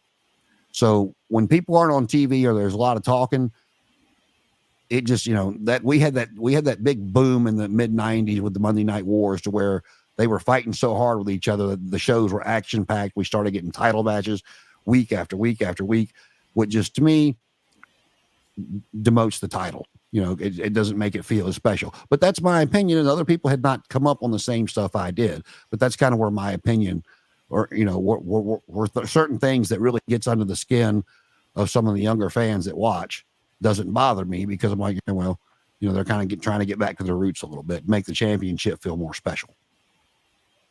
Yeah, no, totally agree with that. And we kind of veered off topic, which is fine. But I guess what the main point is saying is that we can enjoy a product without bickering and arguing with each other, and just say our likes, dislikes. Can't we all just get along? So we move on now to WrestleMania 34. This took place at the Mercedes-Benz Superdome. This was still the separation of both brands, Raw and SmackDown, and the introduction of 205 Live brand kind of took a center stage during this time, just because you had the cruiserweight title reintroduced during this time. Now I will mention at least I will actually mention the 3 pre-show matches on this because they do have some good names winning them. You had the Andre the Giant Battle Memorial with Matt Hardy winning it. Then you had Cedric winning the vacant cruiserweight title, and then you had Naomi winning the WrestleMania Women's Battle Royal. So that was a big step up from there. But I won't go through all the card. I won't go through the card. We'll just jump right in the conversation. When we look at this card, Jason, if you've got it in front of you, what are your thoughts on it?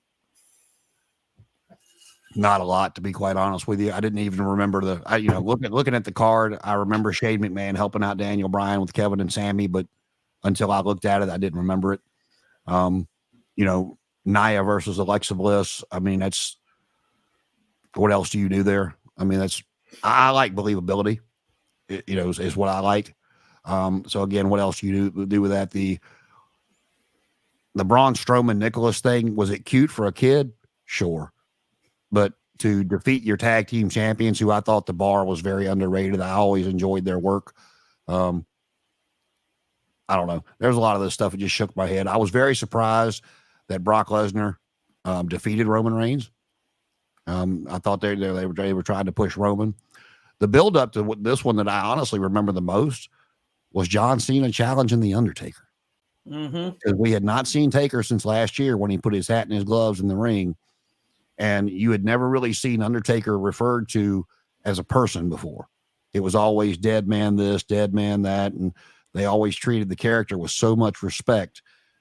And then you got Cena coming out talking about, him being on his wife's workout videos and actually, humanizing The Undertaker, which even during the badass gimmick hadn't been done. Nobody had really tried to humanize The Undertaker.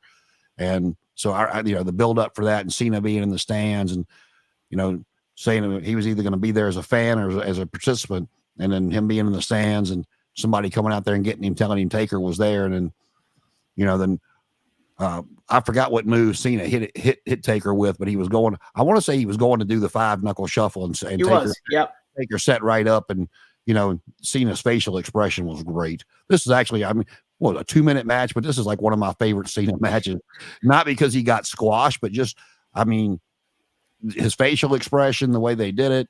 The Undertaker got to be seen at WrestleMania. He didn't have to work hard after being out for a year. He didn't have to get in like phenomenal shape to come out here and do this little bit he did. So for what it was, I really enjoyed it.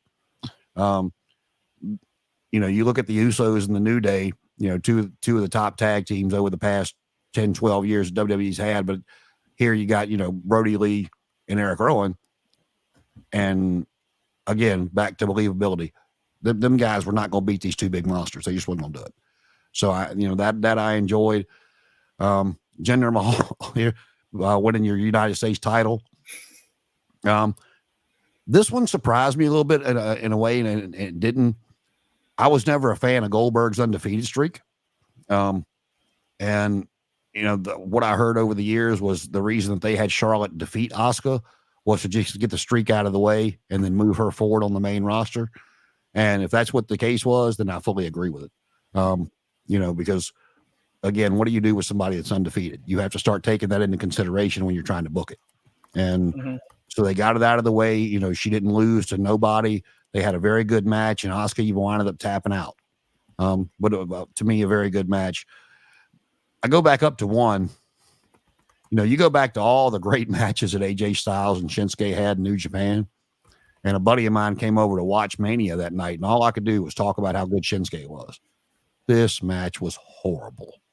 For the two of them, I'm sitting there watching it going, did y'all forget y'all wrestled 30 times before? I mean, again, my opinion, if you like the match, great. For what I'd seen them do in New Japan, I thought it was absolutely horrible. And let's see. Again, this one got set up a few years back, but Ronda Rousey finally comes in. Rock wasn't available, so they put Kurt Angle in that spot, and against Triple H and Stephanie. And you got to put Ronda over. And everybody was excited for Ronda, for her that being her first match. She looked really good, but she just never got any better, unfortunately. No. And then the Intercontinental Championship triple threat match, didn't remember. Yeah, Again, no, for not a very memorable card in my opinion. right. For me, I do remember majority of this because I did watch it at my buddy's house, so this was one that I kind of remember. I did enjoy the triple threat match. I think all three men definitely put on a great match. Again, this was still during the Seth Rollins like Kingslayer kind of lone renegade kind of character. Then you had someone awesome like Finn Balor in there, and then a workhorse like The Miz Yeah, and battling for the Intercontinental. me saying I didn't remember it doesn't make it a bad match for anybody wondering. It just, Right. I was sitting there looking at those three guys. I can kind of go back and you're going to have a good match with those three in the ring. Yeah, and I remember it distinctly because Seth Rollins came out with the blue contact, kind of looked like the Night King from Game of Thrones. If everybody watches it, pretty cool. Obviously, Charlotte and Asuka was a decent match, but yeah, and Asuka is technically still winless at WrestleMania. She has not won a WrestleMania match yet. I did not realize that. Yeah, so a different streak started with that loss against Charlotte Flair. Then yes, Jinder Mahal, again, the year before we talked about it was the year of Mahal as world champion, and now he was a U.S. champion. Then you had Kurt Angle and Ronda wrestle Triple H and Steph. There were some good moments in that.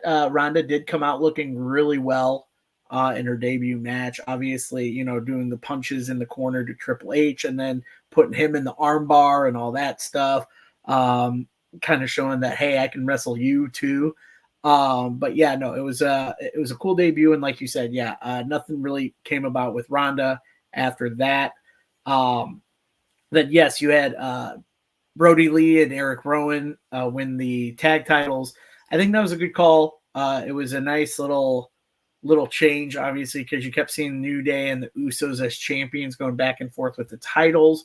And then even after the Bludgeon Brothers broke up and, Brody left to go to AEW, you went back to the whole Usos New Day kind of thing, where it's always these two teams.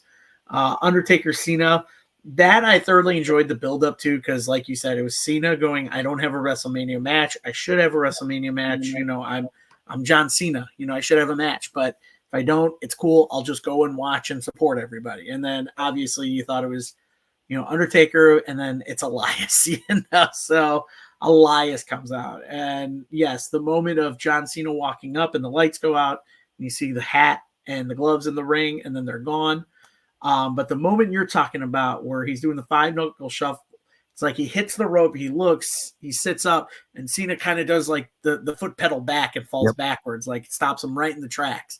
Definitely a cool moment. Yeah, that match was only like almost 3 minutes. It was short, but it was perfect. It was definitely what the Undertaker needed to bounce back to a WrestleMania, and it's like, here, we'll give you that. Yes, Daniel Bryan coming back because he had been gone too with his neck. This was his first match back after saying that he's cleared to wrestle with Shane McMahon. Most of the part, they were selling that story where Bryan was feeling the neck and Shane had to fight both Owens and Zayn, and they ended up winning. Again, the stipulation that was if Owens and Zayn had won, they would have been rehired because they did not have contracts to either SmackDown or Raw. Nia Jax defeating Alexa Bliss for the Women's Raw title. At that time, Nia was still seen as a face technically, and Alexa was the heel. I think Nia works better as a heel. That's all I'm going to say about that, and I will be very excited when we see Alexa Bliss back. Then the AJ Styles Shinsuke match, not impressed. I had gone back when they had mentioned that those guys had wrestled 30 times before. I'd gone back and watched video of their matches then, and I enjoyed those matches over this WrestleMania match. I don't know if it's because they were adapting to WWE standards in a wrestling match or whatnot, but yes, this match, not entertainment. The heel turn of Shinsuke at the end, though, perfect for me. I felt like someone had to turn heel, and it's Shinsuke is very good as a heel. Yes, he is. He's doing good work now too. Oh yeah, and then again the Braun Strowman and that Nicholas, who ended up turned out to be one of the officials' kids, I guess. He was somebody that worked behind the scenes, kids. I'm not sure beating which one. The Bar. I kind of phased out on that. I laughed at it and said that was the dumbest thing I've ever seen. And then yes, the main event, shocking that Roman lost to Brock because it was almost like Roman was set up to build to beat Brock and win the title, but Brock just pretty much dominated Roman that match, right? Making him bleed, hitting those suplexes, hitting F5 a bunch of times. But then you had the kick out of the finisher at least 6 times from both guys. Spear, pin, near fall. F5, cover, near fall, like back and forth, kick out, kick out. It's like, oh my God, can we stop this, please? Like, can we get it? They're both going to kick out a lot. But yes, for me, that was a shocker. But overall, it wasn't a bad card, not a great card. Again, some memorable moments, some not so memorable moments. Obviously, the biggest moment of that was Ronda Rousey's debut in WWE as a match. And then doing the full year, just ended up winning the women's Raw title, which was crazy to think Ronda Rousey's in WWE and she has a title. It was only a matter of time, but is it the right call? That's debatable amongst many people. But overall, it was an okay card. Any final thoughts on WrestleMania 34 there, Jason? No, just I mean, my favorite part was Cena and the Undertaker. You know, 3 minutes of a 5-hour show. That was my favorite part of it. And I agree with you. You know, one of them had to turn heel, but Shinsuke had to be the one to do it at the end. But as far as the match went, so I guess disappointing would be. I was excited for that match. I really was, and it just, you know, I don't know. Yeah. No, and that you talk about Ronda Rousey going on to win the title, but she's another one. It's like with the way she got built up, what else do you do with her? Yeah, true. You know, I mean, it's like, you know, you're bringing her in as the baddest woman on the planet, and you know, it's like that was during the year of, you know, Nia Jax's interview talking about how she kept hurting Alexa Bliss and she was tired of it. She'd had enough because of how nice she said Lexi was, and how, you know, just Lexi wasn't going to say anything, but she didn't mind saying something and didn't mind putting her in her place. So, but again, like I said, she did very well in her debut match, but like I said, she has never got any better. No. So. No, yeah. So, yes. So, with that being said, we move on to our final WrestleMania of the evening. This one being WrestleMania 35. This one taking place in East Rutherford, New Jersey, at MetLife Stadium.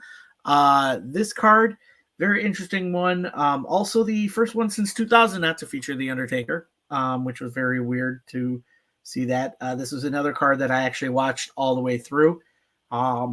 Pre-show matches, really nothing to write home about, which was also weird because a title match was on the pre-show, and that was the Raw Tag Team titles.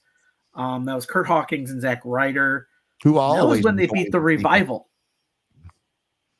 The Revival. The Revival is dead. Did you see it? They're dead. Yes, it is. Yeah, I did. 2 weeks ago. Yeah. So FTR were the champions. Kind of remember that match because that was the match where Kurt Hawkins took like a suplex, like brain buster on the outside and laid there for like 2 minutes playing possum. And then they rolled him in the ring and he rolled up, I think it was cash, and won. I was like, wait, what? So they just won the titles with a possum roll up. Cool. But I'll tell you though, that's the kind of stuff I enjoy. And I will tell you the one knock that I've had on AEW for a while, and you know, I'll sit there and enjoy the match, but then they just beat somebody flat. And it's like, and once they do it, it's like they have no recourse to come back in a promo and say, well, I deserve another match. Why? He beat you with his finish. He choked you out. He pinned you in the middle of the ring, fair and square, 1, 2, 3. So that's the biggest problem with Tony's booking that I've had. Like the little stuff like that, like where you roll up somebody, like we were talking about with the Dynamite match last night with Tony Storm and Mariah May, with Tony getting rolled up out of nowhere for the quick 1, 2, 3. I always enjoy stuff like that because, you know, a lot of people, it catches off guard, and then it can set you up for great things in the future. Oh yeah, absolutely. But looking at this card, some interesting matchups, world titles, title matches beginning and ending the card. But looking at it real quick, you got Seth Rollins, Brock Lesnar, Universal title, AJ Styles, Randy Orton, the Usos in a fatal 4-way with Aleister Black, now Malachi Black, and Ricochet. Interesting tag team there. I enjoyed their tag team. Rusev and Shinsuke, and The Bar. Then you had Shane McMahon and The Miz. This is when Shane went heel and turned on The Miz after their friendship. Then you had the surprise team of the Iconics winning the women's tag titles against the Boston Hug Connection, Nia Jax, Tamina, Beth Phoenix, and Natalya.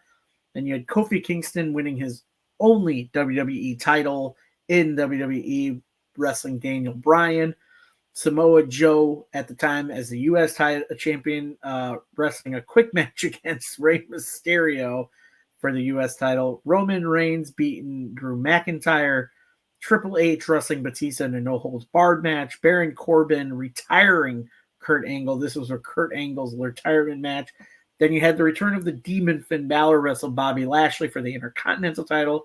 And then obviously the main event, the first ever women's main event of WrestleMania, winner take all for the Raw and SmackDown women's title, Becky Lynch, Ronda Rousey, Charlotte. Jason, your take. Well, I'll go back to a few things. I know everybody's supposed to go out on their back. That's what you do. From all reports I've heard, Sting wanted to go out on his back too, but they everybody else in the match overruled him, including Tony Khan. But I thought Kurt Angle deserved better than this. Again, I'm not a fan of Baron Corbin. I think this is the best work he's done in the however many years he's been at the company. It's been a while now, and he's back in NXT. But Kurt Angle, for as good as he always was, carrying people through matches, the great matches he had with Shawn Michaels, and then the Shane McMahon match at King of the Ring, all the memorable moments you had with him coming out with the milk truck, and this is the way he gets sent off. I don't know. I just didn't set right with me, but not my company. Roman Reigns and Drew McIntyre, didn't remember it. Don't even remember him fighting. Don't even remember why. Kofi Kingston, I was glad he got his moment. This was when Daniel Bryan had the environmentally friendly belt. Yeah, the eco-friendly world title, yes. And from what I read, and you don't know how much to believe what you read, but it was supposed to be Mustafa Ali in that position, and he got hurt, and they inserted Kofi in that, and then the whole Kofi mania. Shane McMahon turning on the Miz, didn't remember it till you said it. And AJ Styles and Randy Orton, you're not going to go wrong there. The Usos actually making it on the card and retaining the tag team titles. Again, I like the bar. Shinsuke and Rusev, not really great on, or Black and Ricochet, memorable tag team runs. So I would have just preferred to see the Usos versus the bar instead of the Fatal 4-Way. But again, I'm not mad at anybody that gets on the show to get a paycheck. So, women's tag team match. I know Beth Phoenix and Natalya have always been, more pumped up than most of the women you see, but even as good a shape they in, believability is what I go back to. Who is really going to believe that these other women can beat Nia Jax and Tamina? I mean, it's just, you don't have to like their work. Tamina wasn't great in the ring. That apple fell very far from the tree. And of course, Nia does what she can. I mean, there's only so much she can do at her size. But just for as far as a fight, I'm sorry. They're going to go. If I'm the booker, I'm like, all right, that's easy. Okay, they're winning. And go, all right, let's talk about the next one. From what I remember correctly, this was Batista's last match as well. And I remember the build up for that, him coming back, wanting a match, and then attacking Ric Flair in the back because Triple H really didn't want to give him a match. And then they finally did it to where, was it Triple H's career on the line, or was it Batista? No, it was Triple H. Yeah, it was Triple H's career. Yeah. And the Intercontinental Championship match, I didn't remember, but back to the first, I stopped talking about it. Triple H and Batista beat the ever dog crap out of each other in that match. They took it to each other, and that's when Batista said, okay, he was happy with how it ended, and he could go out and not worry about it anymore. I was ecstatic to see women main event. Glad to see that evolution, but Ronda's shoulders weren't all the way down. So I wasn't for the women to finally get that stage and the finish to kind of be messed up the way it was. I felt bad for them, but you take the finish out of the equation. It was a pretty good match. I mean, Becky and Charlotte, of course, are carrying Ronda as best they can.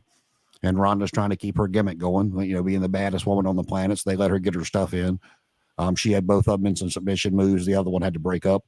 But again, like I said, besides the finish, I enjoyed the match, and I was glad to see the women elevated like that. So, you know, the few things from this that I remember the most, of course, is the main event. Wishing better for Kurt Angle, Batista's last match, and that's what I remember from this card. I don't even remember Seth and Brock. Yeah, no, this was another one that I watched all the way through. I think this was the last one that I actually watched for a while, all the way through. And then I kind of tuned out of WWE for a while. So over the card, I do remember it, Brock attacking Seth before the bell even rang to try to take him out of it, and then Seth overcoming and basically low blowing him with the referee back turn and hitting 3 stomps to win. That's what I remember from that. AJ Styles and Randy Orton, I remember really good match. There's a lot of counters. Obviously, one moment I remember AJ went up to do the phenomenal forearm, and Randy was going to wait for him for the RKO, and AJ went back down towards the apron and said, "Nope, not going to catch me," and then did his like little 450 splash. And then obviously hit a couple of Styles clashes and a phenomenal forearm to get the win. So I was glad to see AJ Styles get another WrestleMania win. The Usos, this was like their peak of like Uso penitentiary kind of gimmick. They had broken away from like wearing the makeup as the Samoans and everything like that. Now this was like day one Usos, which I liked better. Winning in that fatal 4-way. And like you said, I would have rather see them go just against the Bar, because the other teams are very unmemorable. So I would rather see the match between the Usos and the Bar. Shane McMahon, The Miz had some interesting moments. Miz's dad got in the ring and tried to fight Shane McMahon. That was dumb. Yeah, who else was it? His dad got in the like ring. This. Yeah. Those pictures went everywhere. There's been a couple other times. A couple other times that his dad has done stuff. His dad's a funny dude. If you get a chance, go on Peacock and watch My Son, Daughter is a WWE Superstar, and the Miz is one of them that was on there. And yeah, his dad is just dry and funny. You know, he's like, come on, Dad, tell me you're proud of me. He's like, you're above average, I guess. And his mom is like, that's my Michael. Don't you talk to him like that. It was pretty. They're only like 20 minutes long, but it's entertaining. Yeah, that became like a meme of the dad getting in the ring, basically doing this. Like I think one meme was like when you've had too many PBRs and you want to fight, and it's like him. Yeah, yeah, that was everywhere. So. Yeah, that went everywhere. So I remember that moment in the match, and then the suplex off the big, like, what was the thing? The whatever the sky, the scraper, whatever they call it, suplex, and then his arm was over the Miz. So the fatal 4-way again, like you said, it's believability about Nia and Tamina, but I did enjoy it because there was the steel win in it, and I kind of like those. I don't know why I like those kind of wins where one person has the match won and then they get thrown out and the other person steals it. It's just kind of, it builds to their character, because that was what the Iconics did. You know, Beth Phoenix had hit, I believe it was Sasha Banks off the top rope with like the face plant to the mat, was about to pin her, and one of the Iconics threw her out and the other one pinned Sasha Banks to win the title. And I think a lot of people were waiting for them to win those titles because they think that they should run with those because of their characters. Yes, Kofi Mania. I do remember the story of that it was supposed to be Mustafa and he got hurt before Elimination Chamber, because he was supposed to be in Elimination Chamber and Kofi took that spot. And Kofi actually did so well and he got praised backstage that they started pushing him. Unfortunately, his reign didn't end very well with a cash in from Brock winning the title in less than 10 seconds. So giving the title back to Brock, that kind of, for me, was like, all right, let's just give the title back to Brock because we don't know what else we're doing with the company. And then, yeah, Samoa Joe beating Rey Mysterio quickly. Don't remember it. Now what Samoa Joe's doing as AEW champion. Like it. Roman fighting Drew. I don't know how this feud started. I don't either. But I have no. To me, and correct me if I'm wrong, but this is still Roman like earning his brownie points back after he'd gotten suspended during the Universal title tournament or whatever, and had to lay down for Finn. Mm-hmm. Now he'd gotten suspended for whatever it was he tested positive for. I don't know if it was marijuana or what, but he had tested positive for something, and they made him go out there and drop that match to Finn, and then he was gone for 30 or 60 days. Yeah, I do remember that. But yeah, no, that Roman Drew match, I don't know how that feud started. But Drew now about to challenge for the World Heavyweight title this WrestleMania, and great work. He's doing some great work right now as heel really Drew. I love it. A lot of people are overlooking it because of the whole Cody Rhodes bloodline stuff, but Drew is on fire, man. Oh yeah, absolutely. And I cannot wait to see his feud with CM Punk during the summer. Triple H Batista, I actually enjoyed this match. This brought me back to their Hell in a Cell match from 2005. Just that nostalgia of them in that match. It had the same moments, some of the same barbaric kind of moments with, Triple H actually taking the piercing out of Batista. That was kind of like with cool Randy Orton and Jeff Hardy when he pulled Jeff's gauge out. Yeah. Yes. So they had that moment, and then obviously bring the stairs in, and then obviously bringing Ric Flair in to tie into the whole Evolution storyline is just so great. Yes, Baron Corbin beating Kurt. If they wanted to push someone over Kurt, it kind of felt like they could have done the whole story of Rick picking Shawn, that Kurt could have picked someone else, and I believe that was the story, was Kurt picked Baron as his final opponent. I can't remember. But yeah, I don't think Baron needed that win, that push, because he was already a Money in the Bank winner. He was already King Baron. He was already Constable Baron. So he had a lot of stuff going for him. So I don't know why beating Kurt would have pushed him, and he still hadn't been pushed until what he's doing now with Braun Breaker, which I think is some of, like you said, some of his best work right now. I did enjoy the return of the Demon, Finn Balor.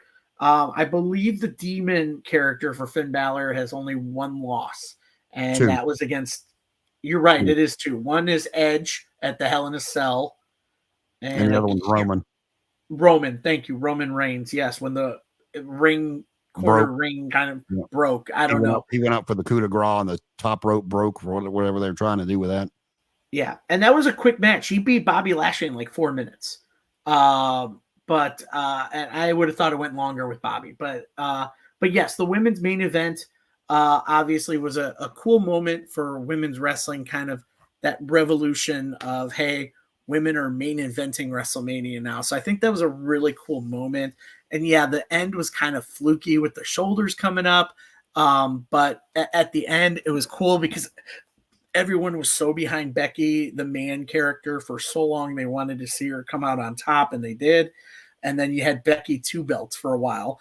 But going on Ronda, for Ronda, when we talked about her previously, about yes, and I remember that the entrance with the helicopter, and then this comment, hey, talk about match. Kurt's probably top 5 greatest.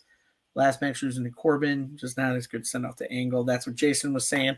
But going back to Ronda, from her debut match in the WrestleMania previously, 34, to this main eventing this one, she kind of had the same kind of stuff going for her as far as arsenal and moveset for wrestling. It looked like she didn't change it up at all. She was just there. And I actually started reading some of her excerpts from her book that she's putting out.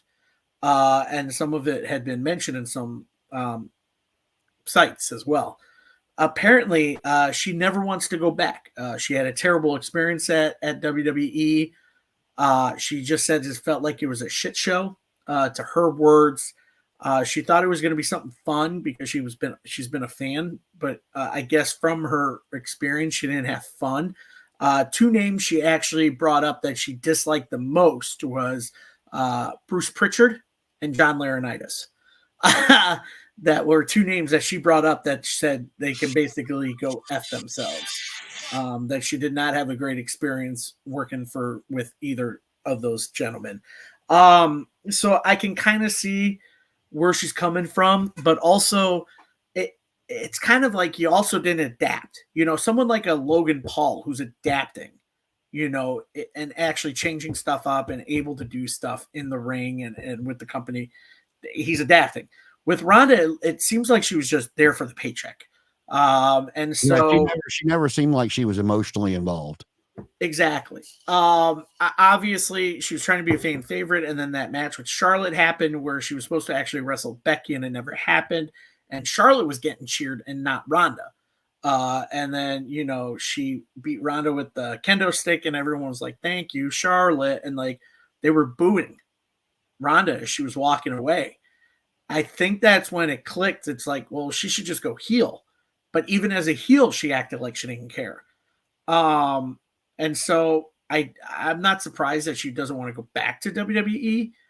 But as that sounds, I also don't want her in AEW. Maybe at this time, maybe it's perfect that she stays away from pro wrestling. Maybe it's just not in her books to do it. But that's nothing to take away from the time she was there.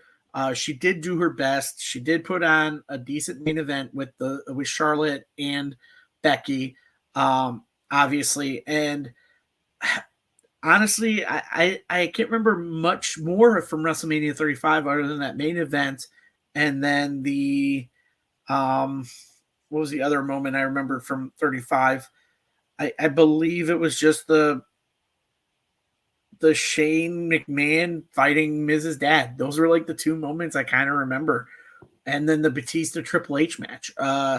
So I'd say the women's main event and Batista Triple H were my two matches from that card. What about you? Any final thoughts on WrestleMania 35? Well, I'll tell you, the one thing I disagree with you on is I don't think Ronda did her best. And that goes back to what I said was, she looked very good at 34, but she never got any better. And I watched her MMA career. I mean, she was the only reason there for a while I was getting UFC pay-per-views. I wanted to see how quick she was going to beat this next person that she was fighting. So her athleticism was not in question. And for somebody to have as much athleticism as she did, I think she would have been better off. She never seemed like she got the promo aspect of it. So maybe if you could have, found a way to put her with Paul Heyman and Brock Lesnar because of the UFC connection, I think she might have been more successful. But for somebody to go a year and have that much ability, but to still be in the same spot she was a year ago, that's lack of work ethic in my opinion. The booking for the match, though, is, you take that out of it and you just look at the match itself. I thought it was, 100% the right thing to do the way they did it. Because Becky was on fire. You put both belts on Becky by pinning Ronda because she's going away for a while. And even though that Charlotte lost the SmackDown Women's title, you still protected her because Ronda was the one that got pinned, and it kept the Becky Charlotte feud going. So I thought, again, happy to see them on top and 100% done correctly. Yeah, no, and I totally agree. And then you also got a good story with Becky holding Becky two belts. But she ended up going into a feud with oh my god, I can't remember her name. The one whose finishing move was like the women's rights. Lacey Evans. Lacey Evans, thank you. They put her in her feud with that because her and Baron started feuding with Becky and Seth over those titles. And Becky held on to the Raw title but lost the SmackDown title to Charlotte, who immediately lost the SmackDown title to Becky or to Bayley, who cashed in the Money in the Bank that she had won. So there's still a storyline there. But yes, what I was saying with Ronda doing her best, I don't mean over the full year. I mean in that match, she did what she could. Yeah, she did what she could and what she had to do. But yes, over the year, I don't think she kind of cared and really did adapt. But in that final match, knowing she was going to go away and she was going to get paid, I think in her mind, she's like, I still better give a good performance, just because even though I'm leaving and I don't care, I still want to give the audience something, and I'm getting a paycheck, but that's about it. But yeah, there were some moments in her career that I'm just like, yeah, you probably shouldn't have done WWE, girl. Yeah, But one of the things that started making me like her and get her UFC pay-per-views was how genuine she came across at first.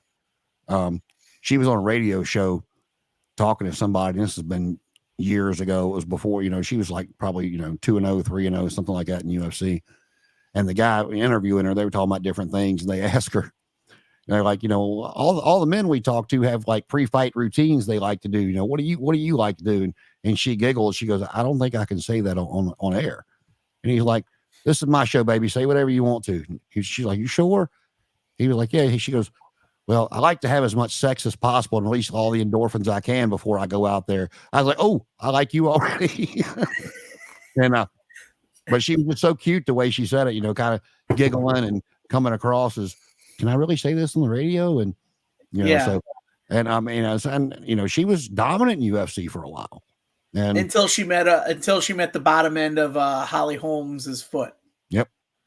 Well, I'll tell you, the first UFC fight I ever saw when it was starting to first come out, and I couldn't tell you who they were, but it was two guys. The referee rang the bell, said, let's fight, whatever it was. They're in fight position. And as soon as he said, let's fight, or the bell rang, the one guy just hauled off and side kicked the other one upside the head, and he just fell over like a tower. I'm like, well, that was quick. So, but yeah, she came across as genuine, as somebody that was just, yeah, I'm little, but I'm gonna go out there and show you what I can do. And, of course, the Gene LaBelle and Roddy Piper connection, I don't know. I think her run could have been a lot better, but if she hadn't learned anything by being a pro wrestling fan, she should have been learned enough to know that they're very passionate. And if you go out there and look like you don't give a damn, they're not going to get behind you. Mm-hmm. Yeah, no, and that's totally agreeable. Other than that, I mean, there's not much more we can say about the WrestleManias we covered. I said you get to see a little bit of the women's revolution in these last couple of WrestleManias, and you'll see a lot new, fresh new faces in the women's division over the next couple of WrestleManias we covered. But then you'll keep seeing the same ones making appearances in WrestleManias. We'll still be seeing the same Roman Reigns, new Roman Reigns in the upcoming years. We'll get to a couple more. We've only got 4 more to cover next week. But as we're winding down here, as we're getting over the 2-hour mark, just to cover some other things in the comments, Nathaniel mentioned about, we had talked about it a little bit, was before the show about Dynamite, Copeland's win. He's saying about holding the title anytime soon. Hope it gets a long title run. I had predicted that. I hope that he does get a decent title run and then loses it to a younger talent, kind of flips and kind of goes to Christian, says, I kind of see what you mean now by how much that title means to you. And those two kind of team up one more time, or maybe a Christian face turn, but I do believe we'll see those two reunited again. What about you, Jason? Your take on, I know we mentioned it before, but your last take on Copeland's title run. Well, I told you I like the match. They're always entertaining together, whether they're teaming or opponents. I was not a big fan of the finish, but kind of is what it is. It protected Christian a little bit, so you didn't see him, lay down and lose the title flat or just scream out "I quit" to a submission hold. So it protected him to a point. I kind of see it going what Adam Copeland said at the very beginning of the feud was, when all these people turn on you, I'm gonna be the one there to have to pick up the pieces. And the only thing I think that's where it'll go. I don't think Adam Copeland wants to be a heel on his final run. I think they want to have fun. I think they might get a tag team title run out of it, depending on both of them's health, how long they want to wrestle. The one thing with Adam Copeland having the title that I really hope doesn't happen. I am a big Samoa Joe fan. I think he's doing fabulous work as the world champion. To a lot of people, though, they're going to tell you that Adam Copeland is a bigger star than Samoa Joe. And that's a subjective to opinion, just like anything else. It just depends on who you talk to, what they think. I just don't want Copeland with a secondary title overshadowing the world champion. Right. And I understand that. And I think they've done a good job of telling the story of both Samoa Joe as the world champion and Copeland now winning the TNT title. Obviously, they're still incorporating the whole Swerve going after Samoa Joe for the world title, which is good. Just people are still, yeah, the Prince Nana dance are still behind Swerve. Obviously, next week he's got his match with Takesha, which I'm very excited for. I'm very excited to see those two go at it. But yeah, no, I think Copeland's win was much deserved. It's great that he gets one more single title run before he hangs up his boots. And yes, like Jason said, I hope we get to see Christian and Edge win tag titles one more time in their careers before they end up calling it quits. But yes, thank you, Nathaniel, for that comment. Yes, we're very excited to see where that goes. And I'll tell you the last thing I told you real quick. Now, yeah, click finish. I'd only seen a few Will Ospreay matches. I enjoyed them, but I wasn't very familiar with him other than those few matches I had seen. Just look him up, see what everybody was talking about. I'm impressed with the guy, and I can't. Yes. I hope he stays as passionate as he's coming across right now, because if he does, and he connects with this American audience like a lot of guys from overseas have a problem doing, but he seems to be doing it well. The sky's the limit for that dude, man. I mean, I'm interested to see where they take him. Oh, I honestly see him winning a singles title here pretty soon before 2024 is over in AEW. I don't know what it's going to be, but I see him winning a singles title in AEW at sometime soon. But as we wind down here, we do want to thank you all for commenting, viewing, sharing. Make sure you guys hit the like button, the share button. We are everywhere. We're on YouTube. We're on Spotify. We're on Twitch. So we are on Facebook, Twitter. So make sure you guys follow us at All Elite Podcast. We are got some interviews coming up. Obviously, we won't have Rampage tomorrow as we did the live one last night because NCAA basketball is going on with the March Madness. I hope none of your brackets are busted just yet. But Saturday, huge announcement. If you guys did not get to see on Tuesday, we have a big interview this Saturday at 9:30 a.m. Central, 10:30 Eastern. I believe it's Eastern. Yes, 10:30 Eastern. We have former WWE superstar and fan favorite lovable guy Eugene coming on this Saturday to interview with us. We're very excited to talk to him about him incorporating all the finishers of the past legends as well as his feud with many legends in WWE. So we'll have that interview, and then we will be doing next Tuesday. Of course, every Tuesday is our All Elite Zone Canada show. We will be also back with our live reactions next Wednesday with Dynamite, and hopefully back to our regularly scheduled Rampage reaction on Friday, and another episode of Talking Elite next Thursday. We do have a couple of other things to say. Juventud Guerrero, who was supposed to be interviewed, does want to come on, so we are working on that. And we'll have some more interviews coming up. We're very excited to get some big interviews coming up. If you haven't seen already, we have our interview with Kevin Von Erich, probably one of the coolest down-to-earth guys you will ever meet. That's already been up on our Facebook page. I think it's on our Spotify, so go ahead and check that out. Again, thank you guys for joining us. Jason, any final words for our viewers and listeners? No, we appreciate you joining us. Look for us everywhere, and hopefully we can not only be on Spotify, hopefully we'll be coming to iTunes at a short period of time, because a lot of people are. I told Connor, I said, a lot of people with iPhones are going to listen to the podcast app. They're not going to download Spotify, so hopefully we can get on that platform and a few others as well. Yeah, absolutely. And like I said, if you enjoy the show, make sure you hit that like button, share, subscribe. We'd love to have more subscribers. We're trying to get a lot more before the end of the year. I think we're finally over 500, I believe. So we're trying to get more. So yes, I want to be able to read a Blue Chew commercial. Yeah, that would be great. But other than that, we thank you guys for joining us tonight, and we will see you guys Saturday for our interview with Eugene. And as always, good night. See you next week.